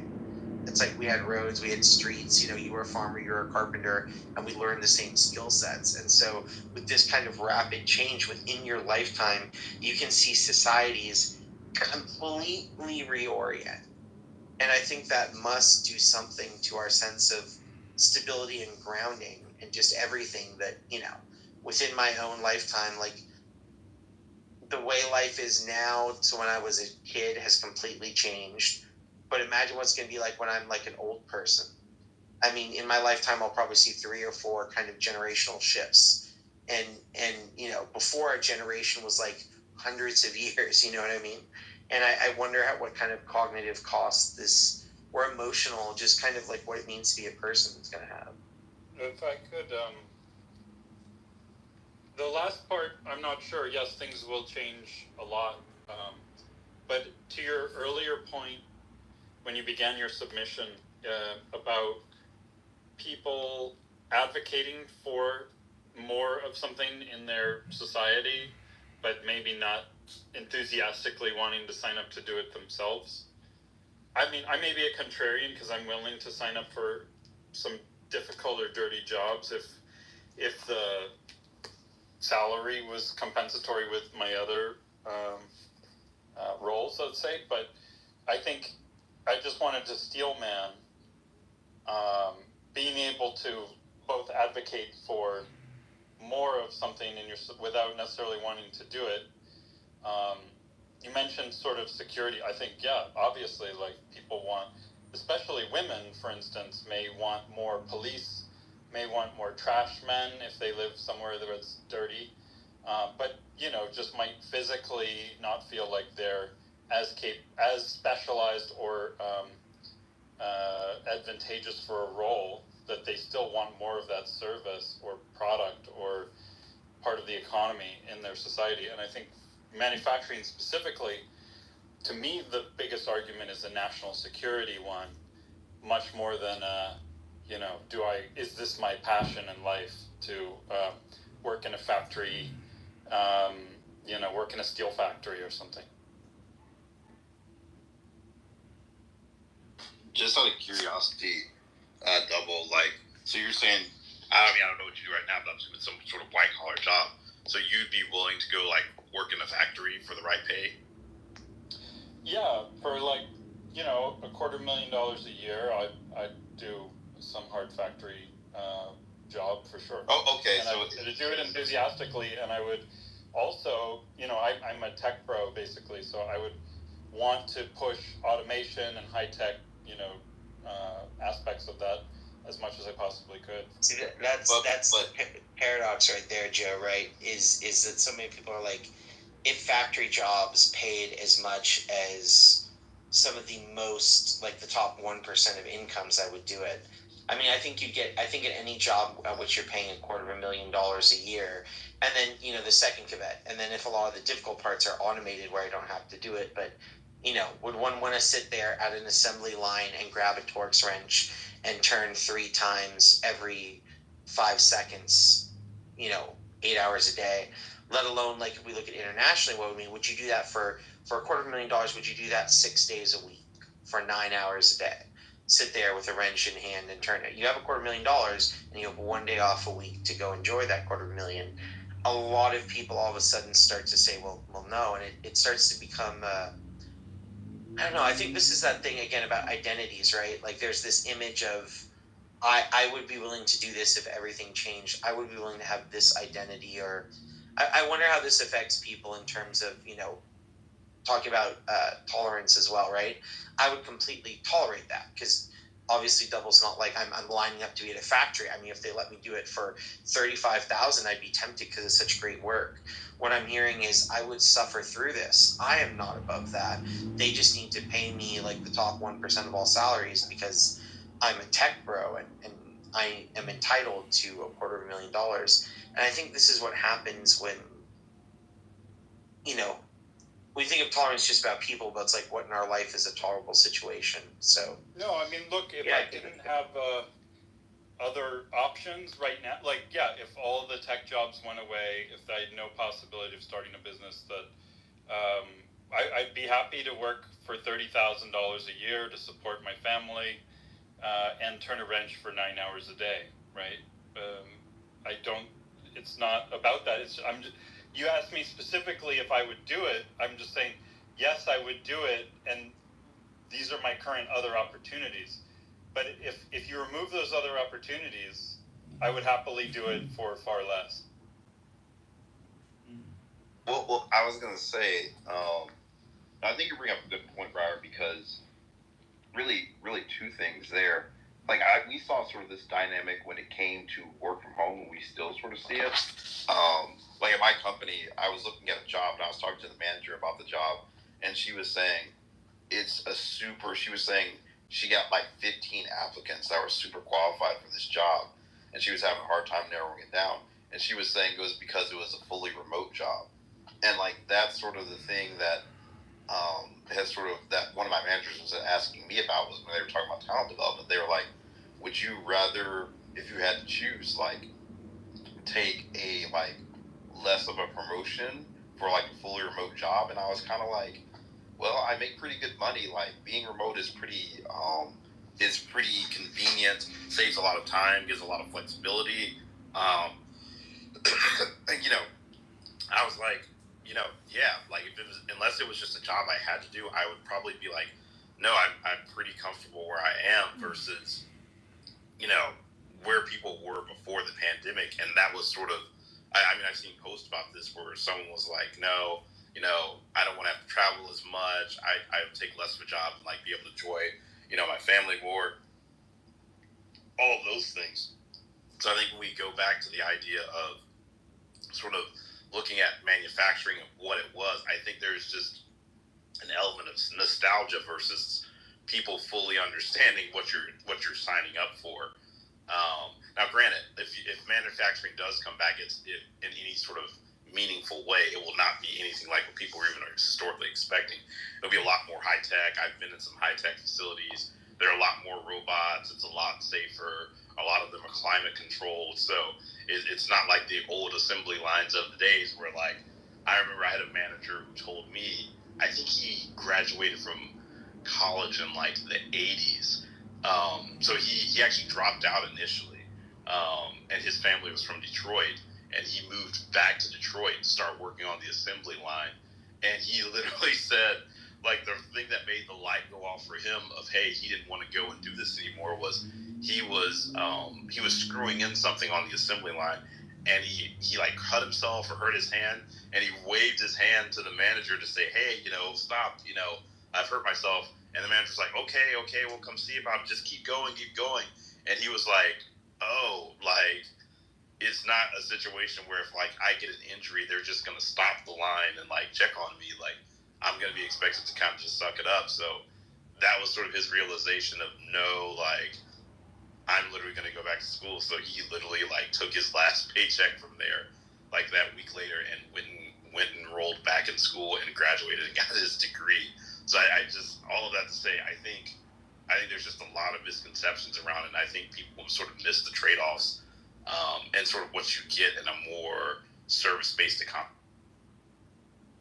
I think it's great. I mean, look, if we could just have only service-based and be guaranteed there were no threats ever to our supply chains or any of the stuff that we want in our lives, of course, like if we basically get almost a free lunch on manufacturing, that'd be great. I just think we're putting our future at great risk if we don't keep it domestic or near shore at least. Like, you can manufacture a lot in Mexico, for instance, but I think that's fine. But yeah, if you're relying on things in Asia, like I'm not sure that the oceans are going to be safe for transportation and going forward. So I think a lot of people just take for granted the last 30 years and pretend like, oh yeah, this will go on forever. We'll never be at war. We'll never have a problem sailing the oceans like safely and everything. And that is a very strong assumption that I think is very foolish.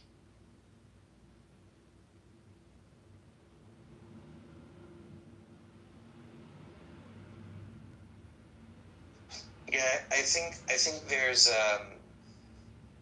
this desire that most people have to have life organized in a certain way, but not to do that themselves. But we want things organized that way, because I think a lot of times, I say we, and I know I actually think it's something I should stop doing. A lot of people mention that. It's a good point.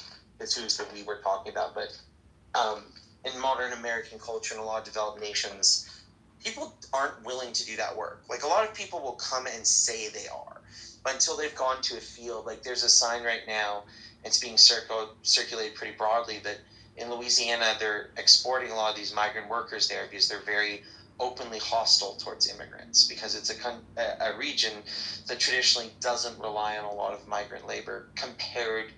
Every state does, but comparatively less so. But they have apparently blueberries there. And those blueberries are very, very intense work. It's a 9-hour day. You work, I think it's 7 days a week for 6 to 8 weeks. So it's just every day you're out there picking, and they expect you to work 11 to 12 hours, and it pays $10 an hour. So they're putting out all these signs everywhere, need people. And so far, I think they've gotten 7 people. And this is an industry that's going to need, in the thousands to tens of thousands. And so there's a panic in that state. What do we do when we need this massive workforce? And there's all these people saying they want to work, and we're paying well above minimum wage, and nobody's willing to do it. And so they go, conversely, well, that's fine, but then blueberries are going to go up to, the cost of eggs and stuff like that. And everybody's not willing to tolerate that either. And I think there's this line that we don't really feel comfortable saying, but we put, going back to identity, we are willing with certain identities to be a subclass of human. And we accept that it's tolerable for them to suffer in ways we would never suffer. And somehow, I think there are some people that morally feel very compromised by it, but I think there's a lot of others that just don't care, or even what I think is actually more perverse is they have accepted a kind of morality where that's actually just and virtuous.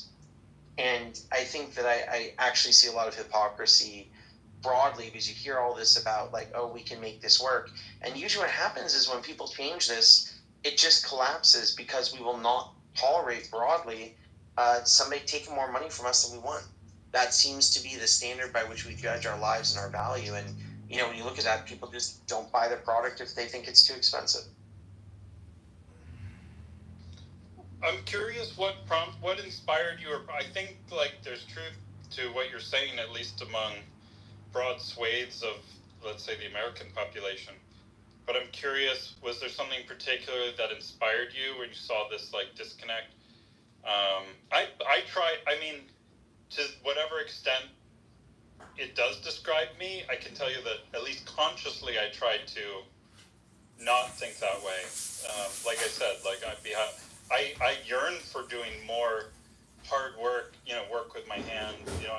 My parents never taught me how to do handiwork, for instance. They just would pay someone. My uncle taught me because he was much more handy. So I spent time with him, and we did all kinds of work on his house, and I really appreciated it. And I like to think of myself as someone who would be willing to work hard with my hands, do physical labor, dirty jobs, and whatever. I just happen to make a lot of money sitting behind a laptop, sipping coffee, traveling the world. It's just how it worked out. But I don't think, whether my life looks from the outside like what you're describing, my mentality, I really don't think is that way. But I'm sure that there are many people for whom that is mentality. But I'm curious what inspired. Wait, double. So would you be willing? You'd be willing to give up your lifestyle, and I guess also caveat it with, you'd be willing to not experience, sitting. Or a Rasul or a Nabi. So is your position that the Nabi or the Rasul would basically have absolute ilm al-ghaib? Or with regards to knowledge, what's the... That would make the country that I feel fealty to be more secure for the long term, so my kids can be secure in their lives and everything for the long term. I am okay with policies that adjust the economy such that the blueberries cost 4 times as much and whatever, so that things are secure versus, and then whatever. I'm for things that would push me towards then needing to work physical labor in a factory or whatever directionally versus and I'm willing to do it myself. I'm starting to look at what manufacturing jobs might there be, because I think that's the future, especially robotics and all this stuff. It's not just, I've been building apps, been building websites, but I think please don't scroll. I'm moving towards automation, physical automation, robotics, etc. And I'm really getting much more interested in material science. Just one thing I want to... Please don't scroll. I'm just trying to become a big content creator one day, but I have no supporters. So if you have the chance... Broad, but to just for the people that are coming in, 3 or 4 times in the last couple of days, the paradox, one was in Steve's room. I think they expected 85, 15 for the people were either struggling the paradox of intolerance. This week only, all Domino's mini price pizzas are 50% off when you order online. That's right, all of them. Pizza. What ends up Welcome to Soapbox Interview from Sap Media. I am Matt Skizza, and today I'm here. I don't like this group of people. I'm going to kill them and order. Joining us now is Illinois Republican co-chair Aaron Del Mar. People, I have to accept. All Republicans in Illinois were given an opportunity to join the Illinois. Karl Popper's. Joining us live on set is the Palatine Township Republican. Nazism and fascism. That ends up being the most intolerant thing in society. So instead, to have this kind of organized structure, we need to say, no, these are our boundaries, and we don't cross them.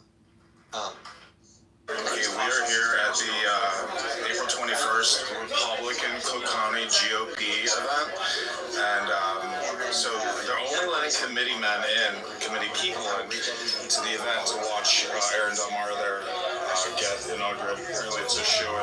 But this is at the Celebration Room in Moretti's. This is Jefferson Park News. And there are these physics and in society, etc. This is Jefferson Park News. So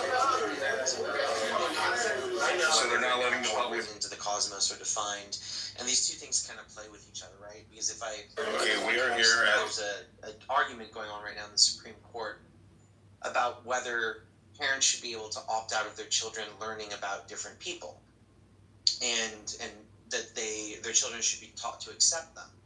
So the idea is that the parents are intolerant of this. They're intolerant of an educational system, and they expect the school systems are not tolerating doing all this extra work and accommodation to allow for a child and parent to not like what's being taught, so their kid gets special treatment compared to other kids if they choose. And so it's the line of what sort of intolerance should we accept, what makes a better society. And I think what's happening more and more is that we try and say there are things that are immutable. It's like there's a law or there's a rule or there's something we can always follow. So I think I was just thinking of those two and their intersection, and watching different rooms on Clubhouse, which always pop up, and just thinking of how these play. And this is the room where, you know, for people that are more into the poetry side or the storytelling or anything else, we're open to that. But one thing I want to avoid, one thing that I'm intolerant of in this space is as a debate coach, no bad debate here. If you want to do a good debate, we can't even do it. We don't have judges at times, so I like to keep it discussing. But yeah, that's the genesis of the room. Kind of giving us a short spiel about the honor of the science. I was kind of vibing off of where you were going. Lots of that. Before that, it reminded me of something I learned recently. There was a study, and I think this then applies to all humans, but there's, they did this test first with children. You ask a child to help in one control group, and in the other group, they ask them about being a helper. And most of the kids, 4 times more Specifically, religious experiences will always omit something and fail to reach completely adequate conclusions. Would tell me to F off to them, and it would not work. You give me autonomy, I will opt to help before you even ask me, but don't use language like helper. So this was fascinating to me. I do think that, like, there is something inherent to how we understand ourselves and how we interact. However, I think that the ideas of identity have been weaponized, amplified, and divided, which makes it harder to have conversations about these things. But I have been toying with a thought experiment, which I tried to say in the chat, about, I read a paper on the Atlantic that talked about how C-suite individuals, or anyone with significant kinds of power, experiences a kind of quote-unquote brain damage. What happens is that as you climb the ladder, the skills required to do that, empathy, compassion, collaboration, etc., you no longer need those same skills at the top. So those connections in your brain begin to atrophy. You create new connections for the new skills that you need to acquire, but you create this kind of brain damage that is reversible, right? And this is fascinating, but I also thought, okay, well, now we've got potential problems with respect to systems, how humans operate. How do you account for that? And especially when we're asking people to do cognitive empathy. And this is when I started toying with the idea of, what if we had job rotations? And it would have to be, like, figured out some fancy way, but maybe AI or whatever, of creating a dynamic where someone does menial labor and some form of an esteemed position, so that they can swap between them and not have their brains solidify in this one way. But also, in swapping back and forth over a period of time, however long that might be, you get a different perspective. You invest in yourself to be a good leader, but on the top, you understand those beneath you, right? And you understand the problems that are there. And then as you switch back and forth, then you can create a different way of existing for yourself, but also invest in the collective, invest in the culture of that company or the culture on the whole, and develop new patterns. However, because a lot of times status and reputation are so important, and we define those in so many different ways, that if you did something like this, it immediately dissolves those social hierarchies. If you identify yourself according to the acronym after your name, how much money you make, the job title you hold, if you see yourself as better because you are an astrophysicist versus the garbage collector, but if you did both of those things, then who you are becomes more about your character and substance than these outside external ideas. And it would be a radical shift, but I also can see utility, but also problems with. And by the way, welcome. Some people I know Aria, OD, Miss Nancy, I invited you up to the stage. Feel free to come up if you like. And there's others I don't know yet as well, so feel free to come on up. Yeah, Christina, I actually like this. I think a lot of work takes a lot of specialization and understanding, and it would be very hard. Not saying impossible, not saying it shouldn't be done. It would be hard to figure out exactly what that line would be. And I think it would make people reevaluate what they prioritize in their life and who controls it. And, I think a lot of times people are like, just give it to AI, because there's no problems with that. It will be completely fair and balanced. And of course, I'm saying that as a joke because it's just not true. But conversely, I actually think a lot of times I'll mention that, I think there are deep problems with democracy. And so people will often think I'm part of this rising, trend of fascist authoritarianism that's popping up everywhere. But I'm kind of the opposite. I'm a big fan of autocracy. I think there's something about the type of person that runs for power and gets those upper echelons and starts to ascend. And I think that they get addicted to it and they have to live their life in a certain way. I mean, just the routine of I wake up every morning, I fundraise for X number of hours, I must go to X number of charity balls. I don't go to regular restaurants anymore. In fact, I usually have drivers and people that take care of me, and I have assistants. And if my kid needs something, I send out the person to get it for me. That changes how you live so much that sometimes I almost feel like there's a line between when I work with people like this, it would feel like they were a different species. Like, you don't live the way I do. You don't work and clean and maintain a household or something like that. You have a colony around you that provides for you. You're your own economy and ecosystem in a way I'm just not. And I think I would rather, more than I really want people to do different jobs. I wish we had leaders like that. The leaders were selected at random from different class, as long as they're capable in some very basic, standardized way. We could just judge character, aptitude, maybe capability a little bit, and then say, hey, let's draw our leaders at random so we don't get this other class of people. And then they serve for a while and go back to their normal lives. I think, when you talk to presidents, that famous line of, how much can this really cost? Or that joke from Arrested Development, what can a banana really cost, Michael? More than $1,000? I don't think so. Just the divorced from reality. And then we get leaders like Trump and others going oh, well, eggs are only $1 or $2. Go to a grocery store. We can all live and feel this every single day. But they can say that because they don't know. They're getting reports. They don't have that groundedness. I remember the other day one trying to describe pumping gas. There's a whole class of people that are in politics that have almost never pumped gas in their entire life. They've just never pumped a gas tank. They don't know how it works, how you pay, how you interact. How can we expect them to know what we need if their lives are so different from ours? This Vicky, Mama, go. Yes, that's both of you are making such valid points that if you don't read and don't study, you won't think about. Christina, that just opened up my mind for some, wow, you just took me there. Yes, how can you understand something that you never experienced?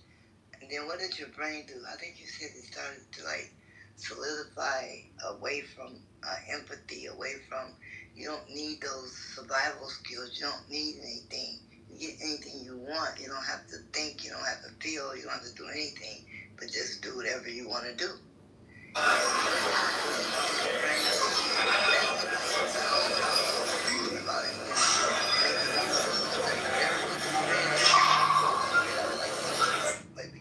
Some of them. And then the point that Bree was speaking about too, on the I'm not a speller, but autocracy, which means, the government does whatever benefits them. Nobody's loyal or, I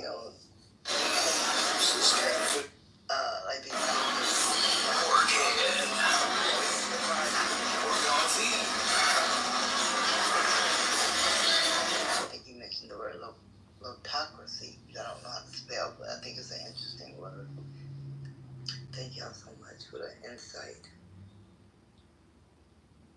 Yeah, I've always wanted to do a room like this on Clubhouse. There used to be some like this, but I think a really good thought exercise when you're criticizing something. Excuse me, I took a bite of food there. I think a really good thought exercise is to say, what would this look like in an ideal world? So if we had a perfect world, okay, you're criticizing how government works, how society works, how some sort of norm works, how a car works. What would the ideal be? And I think, I've sat down and really sitting down and taking the time to say, what would an ideal government be? What would an ideal society be, an ideal economy? Because usually what we just do is we listen to what somebody else has said. And I think I was talking about this earlier, it's just part of my identity and my character that I really try not to lump myself in with groups I don't fully agree with. So I've never seen a government that I'm like, yes, that embraces all the ideas I want. I think they're absolutely all flawed. But I think often, I think back to like what type of a society would I want. When I did it, I really felt like a society that forces people into leadership who are capable and then tries to raise its citizenship where they are capable so they can, anybody could step up and be a leader.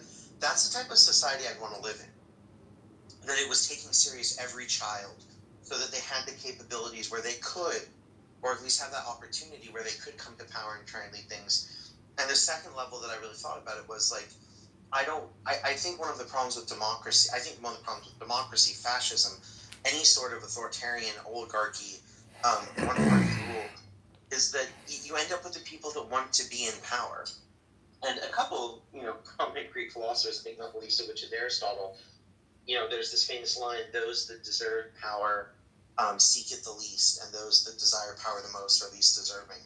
And so I think we're caught right now in this kind of, eternal struggle of having these corrupt leaders almost everywhere, constantly. And why is this? Like, most teachers I know aren't that corrupt. Most doctors I know aren't that corrupt. How is it that every freaking politician, it feels like, every other one is ending up in jail with all this corruption? And that's because the systems around them encourage that corruption, right? It's not an unnatural response. They're doing something predictable given the nature of the systems around them. And I feel like the only way of really addressing this sort of thing seriously is trying to change the systems at the heart. And I think one of the things that they all have in common is they're letting the people that want power the most go after it. And the idea is, it's this very social Darwinistic idea of, the people that seek power, those are going to be the best people. And the ones that are desperate for it and will do anything to get it, that's the skill we want from a leader. And I think we've gotten the world we deserve from that. And I think you're going to have a different mentality if you're going to try and deal with that. It's just, we can't keep doing the same thing and expecting a different result and then being mad about it. Yeah, that's called lunacy. But like, there's no perfect, Garden of Eden. But this is what we're supposed to work towards. But you can't work towards, living in a peaceful world that everybody gets along when you still have people that have and have not. There has to be a medium, but people at least have what they need, and they can at least live a humble life without starving and undignified and scrabbling for just a crumb of bread. I mean, they have to have something that they can hold on to, and people just have taken the land, nobody, was allowed to own land in certain places, only the government. And it's done this way, for a reason, even here, but it's done in say a way that you really can't see it as much as you can in some countries. You can't own land, and here in the States, you can't own water. If water runs under someone's land, and that water could sprout up in a well, and it's going under somebody else's land, there's going to be a big fight and a big controversy about it. So people gotta be able to own something to be able to put a stake down that something belongs to them, and not everything belongs to the government or the oligarchies or the higher ups. I think that's an interesting point because identity extends so far that we create identity around objects, and we I actually haven't thought of this before, but I suppose ownership is a form of identity, right? Like, I'm now saying that this thing exists, but it only exists subject to my rule, and now its identity is defined by my control and not yours, right? So it goes back to that identity softly being about me. And it does seem like there's some essential way of as long as we're having some sort of private ownership and property, it's really saying the identity of this object, thing, concept, whatever, it's now intrinsically linked to me and can't be separated. So maybe these same problems of identity start to play back into ownership. And again, what will we tolerate on who owns the thing and can have? It's like they keep moving the goalposts when the port gets close, then they move the goalposts. When the port gets a little closer, then they move the goalposts. Then they move the goalposts. Well, you owe this because you borrowed this. Then you can never stop paying me for that because now, it's like it's never enough. You have to let people have a way to be comfortable. Even if they live in humility, they still have to have the things that they need. And that's what the point is. And if you own something and my water can't cross your land because you can't own it because it's coming from my land, or if a bird drops a seed of your crop over by my crop, now I'm growing your crop. I mean, it just gets to be where we're supposed to be stewards of this land, of this country, of this earth. And we have to learn how to do that without all of this and letting people that have no idea, no clue, no spirituality, just come and just step up and take charge. And that's what's happening. They're just stepping up and taking charge. And the humble, we just sit there like, what are we going to do? And have conversations with no power. And just a quick welcome to so many friends and people I know and recognize, and some that I don't yet know that well. Feel free to come on up here and, share and talk. That's the whole reason this place exists. And one thing that I really appreciate is I think there's a way of talking about this to try and win something. But I think having a conversation that's genuinely centered around like an empathy and care, it actually exposes how hard this is, because I think a lot of this I'm starting to notice through this conversation is consistently coming back to how much work something takes, and that we're finite creatures, we're all going to die, spoiler alert, and given that we only have so much time and energy and only so much life, how much work are we willing to do to have this kind of nuanced, fully fledged out world where everybody's getting their needs met, and at the same time they're not rigid in their identities, and we can't understand and we're tolerating just the right things but not too much. It's hard. It's like legitimately hard. It's not just a hard problem that you can dissolve simply. And so I think that makes some people want to run from the problem. Like, solving the problem is avoiding it.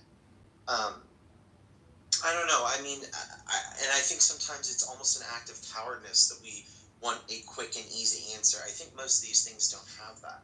At least that's been my experience in life. And I think sometimes we're, for the sake of quick and easy, we'll take something that actually makes our life worse, which is, it feels like a paradox in and of itself. Christine, I saw you jump in.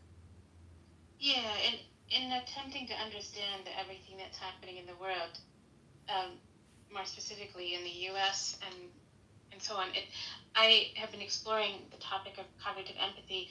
I remember reading a study some years ago that said those who have a preference for hierarchies have reduced cognitive empathy, and this got me down a path. Well, then how do we? I don't think you can make people do anything, right? And I started really exploring cognitive empathy because there's usually a judgment that comes from even the title of that study, right?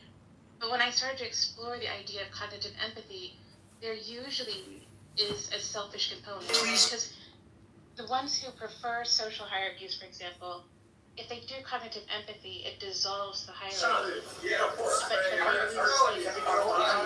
But they have to maintain the hierarchy to maintain the status and reputation, right? And if we can recognize that, this isn't necessarily a moral thing, although I would prefer not to have them.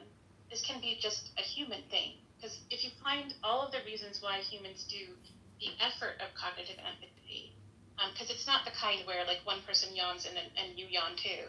This is the stuff that requires you to actually put yourself in their shoes, not yourself in their shoes, but trying to see through their eyes, right?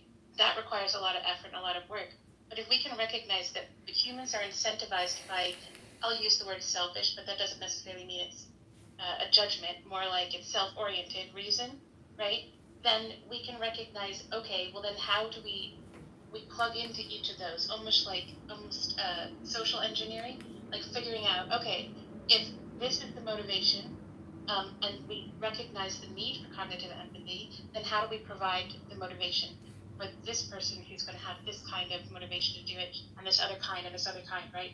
Rather than it becoming, because I don't know that there is such a thing as an altruistic cognitive empathy, right? I think we all have ideas of who we are, reasons why we do it, but it's not necessarily altruistic. It comes back to us.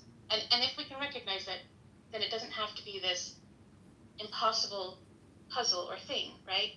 We can sort of systemize it. It's going to be complex, because but I think there's potential depedestalizing empathy, but also using it to be able to create something different.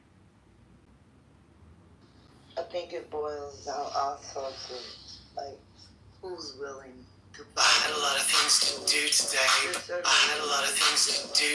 Universal law, man's law, you know, there's got to be a meeting of universal law and man's law. And that is what's missing, you know. Man's law is avoiding the responsibility of the universal law, but they want to tax the people that don't obey their laws, you know, to the hilt, where we end up with nothing, have no way to defend ourselves or even, you know, make ends meet. At the same time, they are breaking all of God's laws in the universe, and they're doing everything wrong with that. So what do we have? We have nothing to fight with. We have to start somewhere. Universal laws, first and foremost. I mean, Mama O, I think I've only heard one piece of poetry, and I mentioned how I struggle with poetry and lyrics, but you have the power to move people, to make them feel something. And for some people, that is the on-ramp to doing the cognitive empathy. You don't know necessarily who it is or what's going to fit their specific lock, but you have something that can do that. Well, do I know what it is? Thank you. I appreciate it. I have to be conscious of it now. Start paying attention to what I'm saying. Sometimes it just comes from inspiration, like you and Bria have, you know, inspired today. I was even thinking about, you know, just to be around people that elevate your thoughts. That's so great. Just even have your thoughts elevated. Because like I always thought and wondered how, I never could understand. Most people cannot,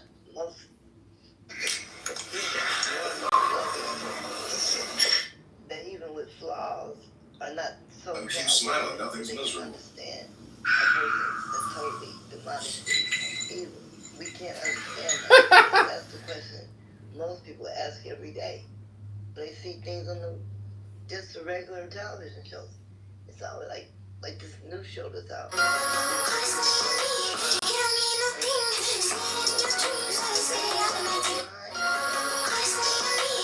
Like daily fix of crime today.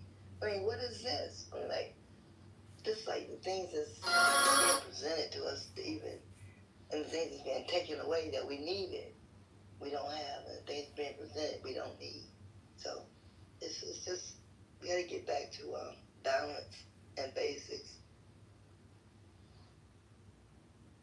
Speaking of poets, Juan, what's up? It's good to be on stage with y'all, as always. This is breaking news, IllinoisRecord.com. List of rumors 2026 Illinois Republican. Speaking of poets, I do think poets and poetry is the key to understanding this, to understanding relationality or challenging relationality. And in the comment section, I posted one of my favorite articles from Stanford Encyclopedia that was talking about Plato rhetoric and the philosopher versus poets.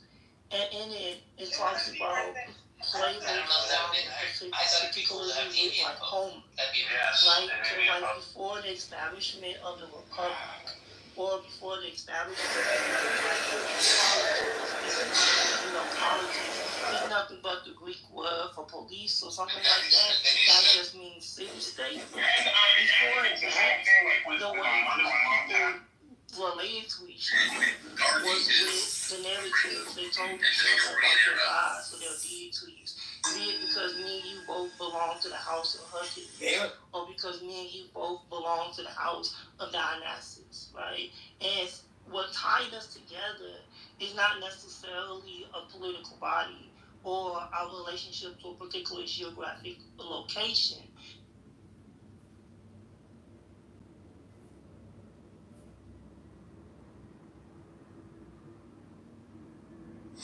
This is IllinoisRecord.com. Breaking news. Thanks to everyone sharing yesterday's article. Sean Morrison resigned.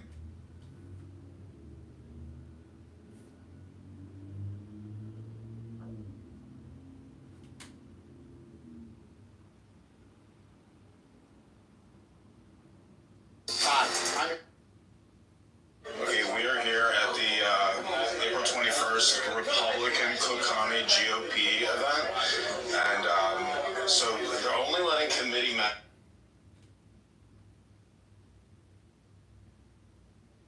and committee people in to the event to watch Aaron Delmar.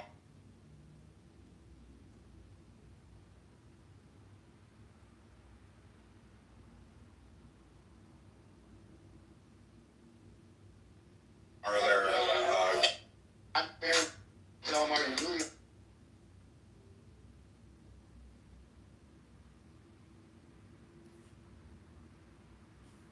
That's fucked up, man. Right?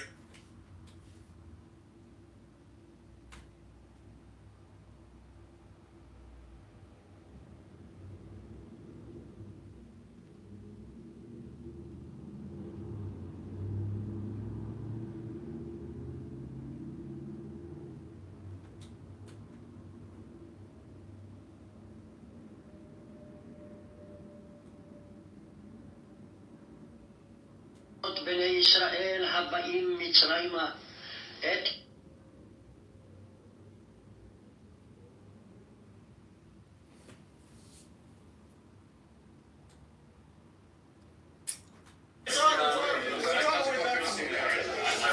Aaron, I'm not a committee man, but can I come in and watch?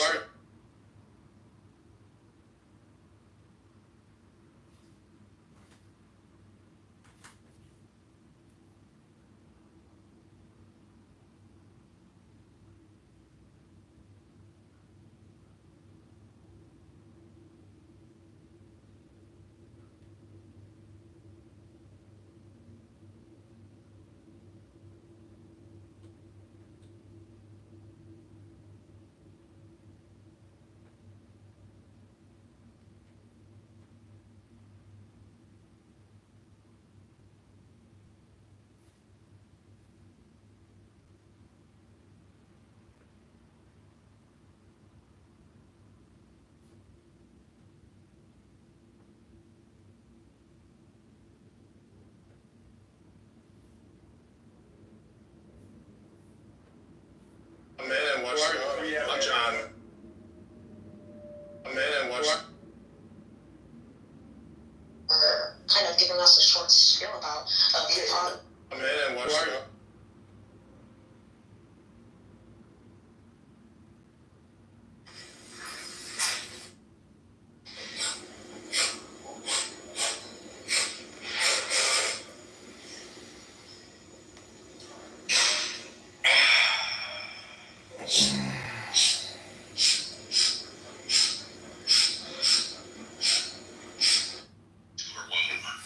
This dome which hideth, which absorbeth me.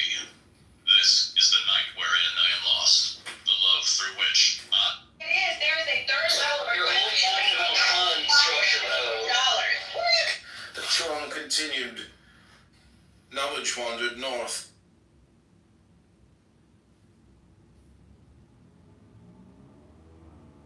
Listen to all these rooms. All these debate rooms are just roast rooms. Yeah. It's when the funniest shit comes out.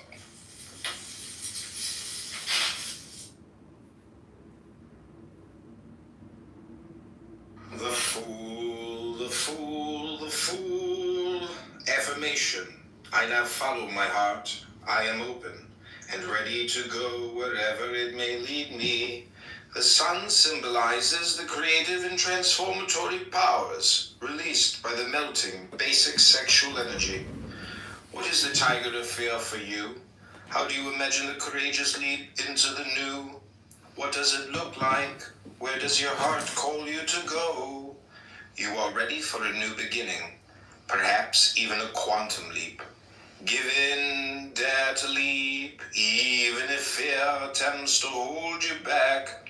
Trust the voice from within your heart. The fool holds a cup with a base.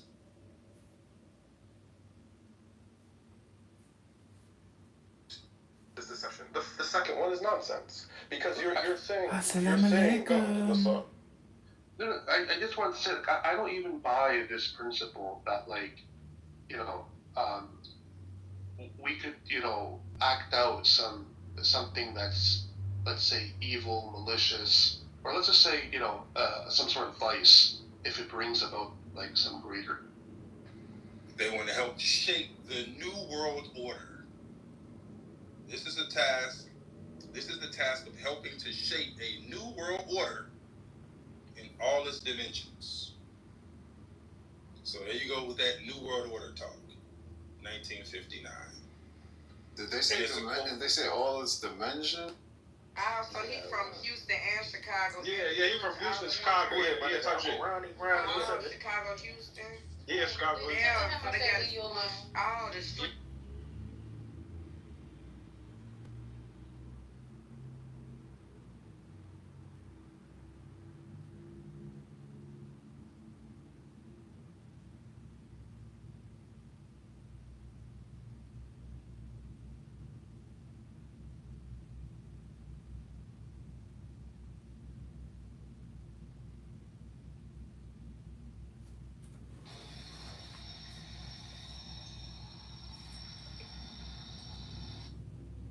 Because I think I'm gonna have this problem with everybody.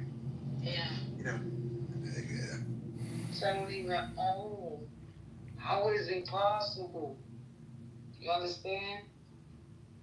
Me, I just mind my business. You know, I keep it pushing because I listen to my intuition. Now when them spirits start popping them shits in my ear, baby. We even blink the fucking eye. She's a chief. Yeah. Yeah, So, I think so this what I'm was. saying is really hard to let go unless. Into black people's dreams and then instigate problems, just like a true one. No, I go in there just because they have the most dominant American rooms, and so I go in there expected to be treated just like an American, and they'll just be like, "Get out of here, white boy," and they'll kick you. And then sometimes they're like, "You kiss my big black dick, motherfucker." Please don't scroll. I'm just trying to become a big content creator one day, but I have no treat black people like that. We're not like day, but I have get out of here. day, but I treat everyone with respect. So they're different, and they tend to talk about their color and what white people have done. And I tell them, I'm like, okay, or Indian people, or Mexican guys. They don't care how you feel. There's Russian people. And how you there's Italians. There's the whole fucking world's out there. And you blame white people. It's like, come on. Like the richest person, in the Midwest is like Michael Jordan. I grew up with, him, watching him in Chicago. We don't. People in the U.S. that are successful, they don't make excuses. Why? They just move. The most successful people on the planet don't make excuses for themselves. Sure. They move. They move on. They do what they have to do, and that's how winning is done. Only cowards blame other people. Oh, I couldn't do it because some Asian guy took my job, or some black guy, or some white guy, or some Muslim guy. Well, come on. Grow up. And that's what these people think. Some of them, the ignorant ones. And they never learn. They'll even go to prison and blame white people for their decisions to sell drugs or shoot some other guy in the head for no reason. They're like 12 o'clock, so kids can see it when they're like 22 years old. And we got gangs that have 55,000 members in Chicago. All black. And they want to blame white people for the formation of what? A gang? It's stupid. And we're done with it, so we move away from them. I love black people, but I hate ghetto people. Okay. Now I get your whole ideology about this whole black and white thingy. Is that you don't hate black people, but then the ghetto people are actually causing more harm than good. So whether a black person or a white person has all the rights in the world to not just like ghetto people, not just because you're black, man, because you think like an animal. So I don't fuck with you, and it's not about your color or where you're from. It's just how you think and how you interact with the world around you before you start thinking about color. My biggest problem is I've had black girlfriends. I mean, in real life, none of this bullshit. I don't go on for women. That would be stupid. In real life, because I grew up, half my neighborhood's black, half white. It's like South Africa shit, almost. So it wasn't a big deal. So these people out here trying to make it a big deal. Like, fuck. Like, they don't understand. Like, yeah, I grew up with black people. What do you think? Lawyer?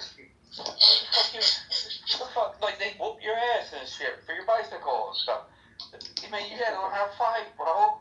I ran faster than half of them. I mean, shit, I danced, I boxed, all that shit. I mean, and then I would even rap battle them. Because I'm like, you ain't no, like Eminem almost. Because you date, if you grow up in a black neighborhood and you're white, they say, you're not as athletic as us. You can't jump, right? White men can't jump. Yeah, they say you're not as fast as we are.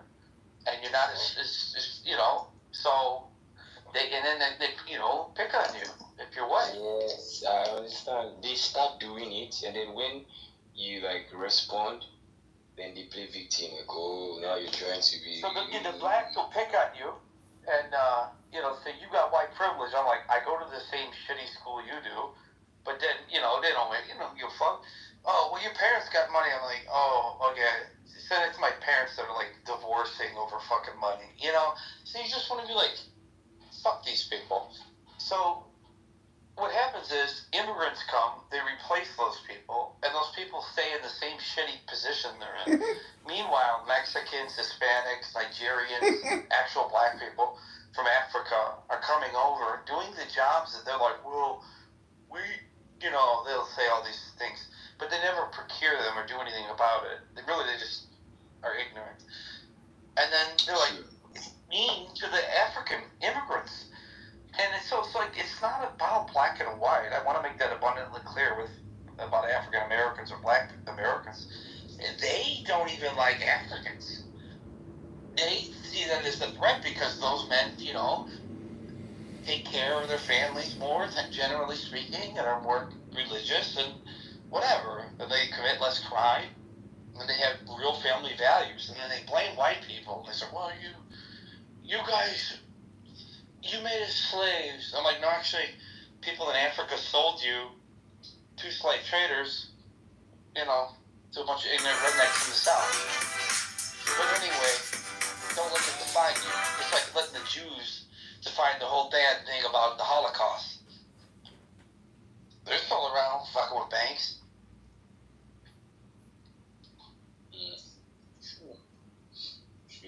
I mean, it's like that's how winning is done. That's how, you be a victim or die. Have compassion, but also be righteous, reasonable, Let go of your ego. I could be black, or I could be anything. So I always put myself in the other person's shoes.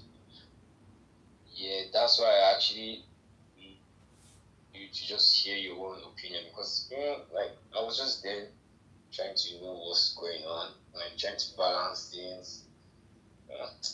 This guy doesn't sound crazy, he knows what he's saying. So. In real life, I really do get along with people better. I can tell on this app.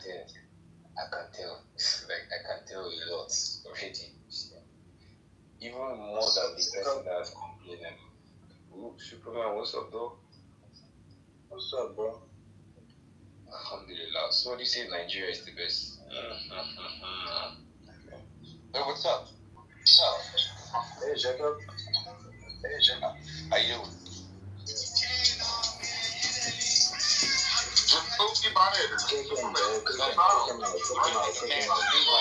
Yes, big up, bitch. Welcome to Toronto. I feel like God, this shit made in Italy. When I catch your dad looking on my block, I'm gonna make him put me on that wheel. You're hella God. I'll get him on that wheel. Who you trying to shut up, bitch? Does stick dick in your mouth or what? Hey. I'm a biter, my nigga. I'm a biter. I'm a biter. That's everything. You know how you bite corn? You eat corn, that's how you bite shit, bitch. Get the fuck out of here with that Put your shit. dick in your mouth. You're on. I told you. Your mother teach you how to talk I'm like gonna that? try to get a next felon, bitch. That's Come right. on. Cool. Sounds educated. I love you some big You're lies. gonna cure cancer over here. I'm about to punch dick in her. I'm about to fly her up. Alright, cool. Go mate, have kids and stuff. Jake, what's up with you? I just pissed off. What's wrong? I don't know. Not at anybody here. It's my birthday. Is it? My You're the one birthday. celebrating with us right now, big. I'm trying to turn up with you. Man. Are you dumb? I've been telling my birthday. Oh, no, don't do that. My party's on the 26th. My friends have dogs. So You guys, I busted my lip though. Why did you guys do that? My party's on the 26th. There's no reason for that. Alright, yeah. No, you guys made me hit my phone. My phone just hit my lip. You made my phone hit my lip. It hurts so bad. Alright, what's your answer? I want to call somebody. No, you fucking retard. I think Big one, big one, big one, big one, bitch. Oh yeah, Oh yeah, oh yeah, oh yeah, oh yeah, oh yeah, oh yeah, oh yeah, oh yeah. I don't give a fuck, big lip or not. I'm still gonna say my shit. Premedicatory. I made it what? I made it in Italy, big lip. Oh yeah. Premedicatory, made it in Italy. Big lip, bitch. Big one, big one, big one, big one, big one, big one, bitch. Free joy, free joy, free joy, free joy. Oh yeah, oh yeah, oh yeah, oh yeah, oh yeah, oh yeah, oh yeah, oh yeah, oh yeah. This is crazy as hell. I have to fart. It's my birthday. If I have to fart, I'm gonna fart, bitch. Take a left in the burner, bitch. Burner, bitch. Nigga wanna fit, nigga wanna fit, nigga want me, right? You know, Chad's been helping as well. Grant comes in here. Believe it or not, he comes in because he's trying to make sure that the podcast does well. We are, you know, Nelson, Cindy, everyone, you know, Divine, we have Lauren, you guys, you just keep naming everyone. I can go down the list. J-Lo, Danielle, Mariana, Jonathan, Jazzy, a whole bunch of people. Just come in every night. A whole bunch of stars. Come in every night. Every night. Yeah, meet your mic. Okay, don't do that. Don't do that. Just because I talk doesn't mean you talk. So let's just figure that there has to be hierarchy here to keep this thing in order. All right. So with that being said, they do a great job. All right, they do a great job every night coming in to make sure that you guys get the information, that you guys are entertained, and you guys leave out of here with other perspective. And you know, so with that being said, guys, if you haven't done it yet, make sure on either platform, whether it's CH or whether it's not, it's not just CH. If you're on CH or Chatter, make sure you guys just download the podcast. So with that, let's jump back into it, man, because guys, listen to me. $10 million for this man to offer up $10 million. $10 million. I mean, you can get a hell of a defense team for what, 1.5, and then for him to offer 10 mil, there's something there. Unless he just didn't want to mess up the bag for that $100 million deal for the podcast. I looked. I tried to find the status of that podcast deal. I don't know what the status is of that podcast deal. So, you know, I just think that when you look at this, the playbook is out there. You know, you watch it happen to people that it should happen to, like the Diddy's and R. Kelly's and the Weinsteins, you know, and everyone else. And then you see it happen to people that it shouldn't happen to, you know. And based on what the evidence is thus far, please note that, like the Jay-Z's and others that have gone through this.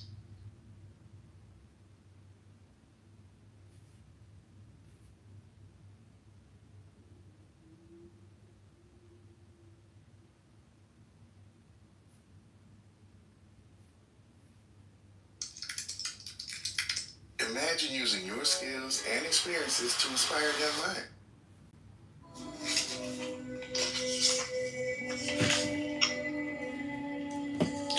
Each time I compare companion, help us pour out our hearts to you, honestly and sincerely.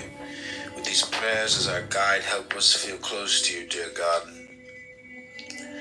Life makes warriors of us all.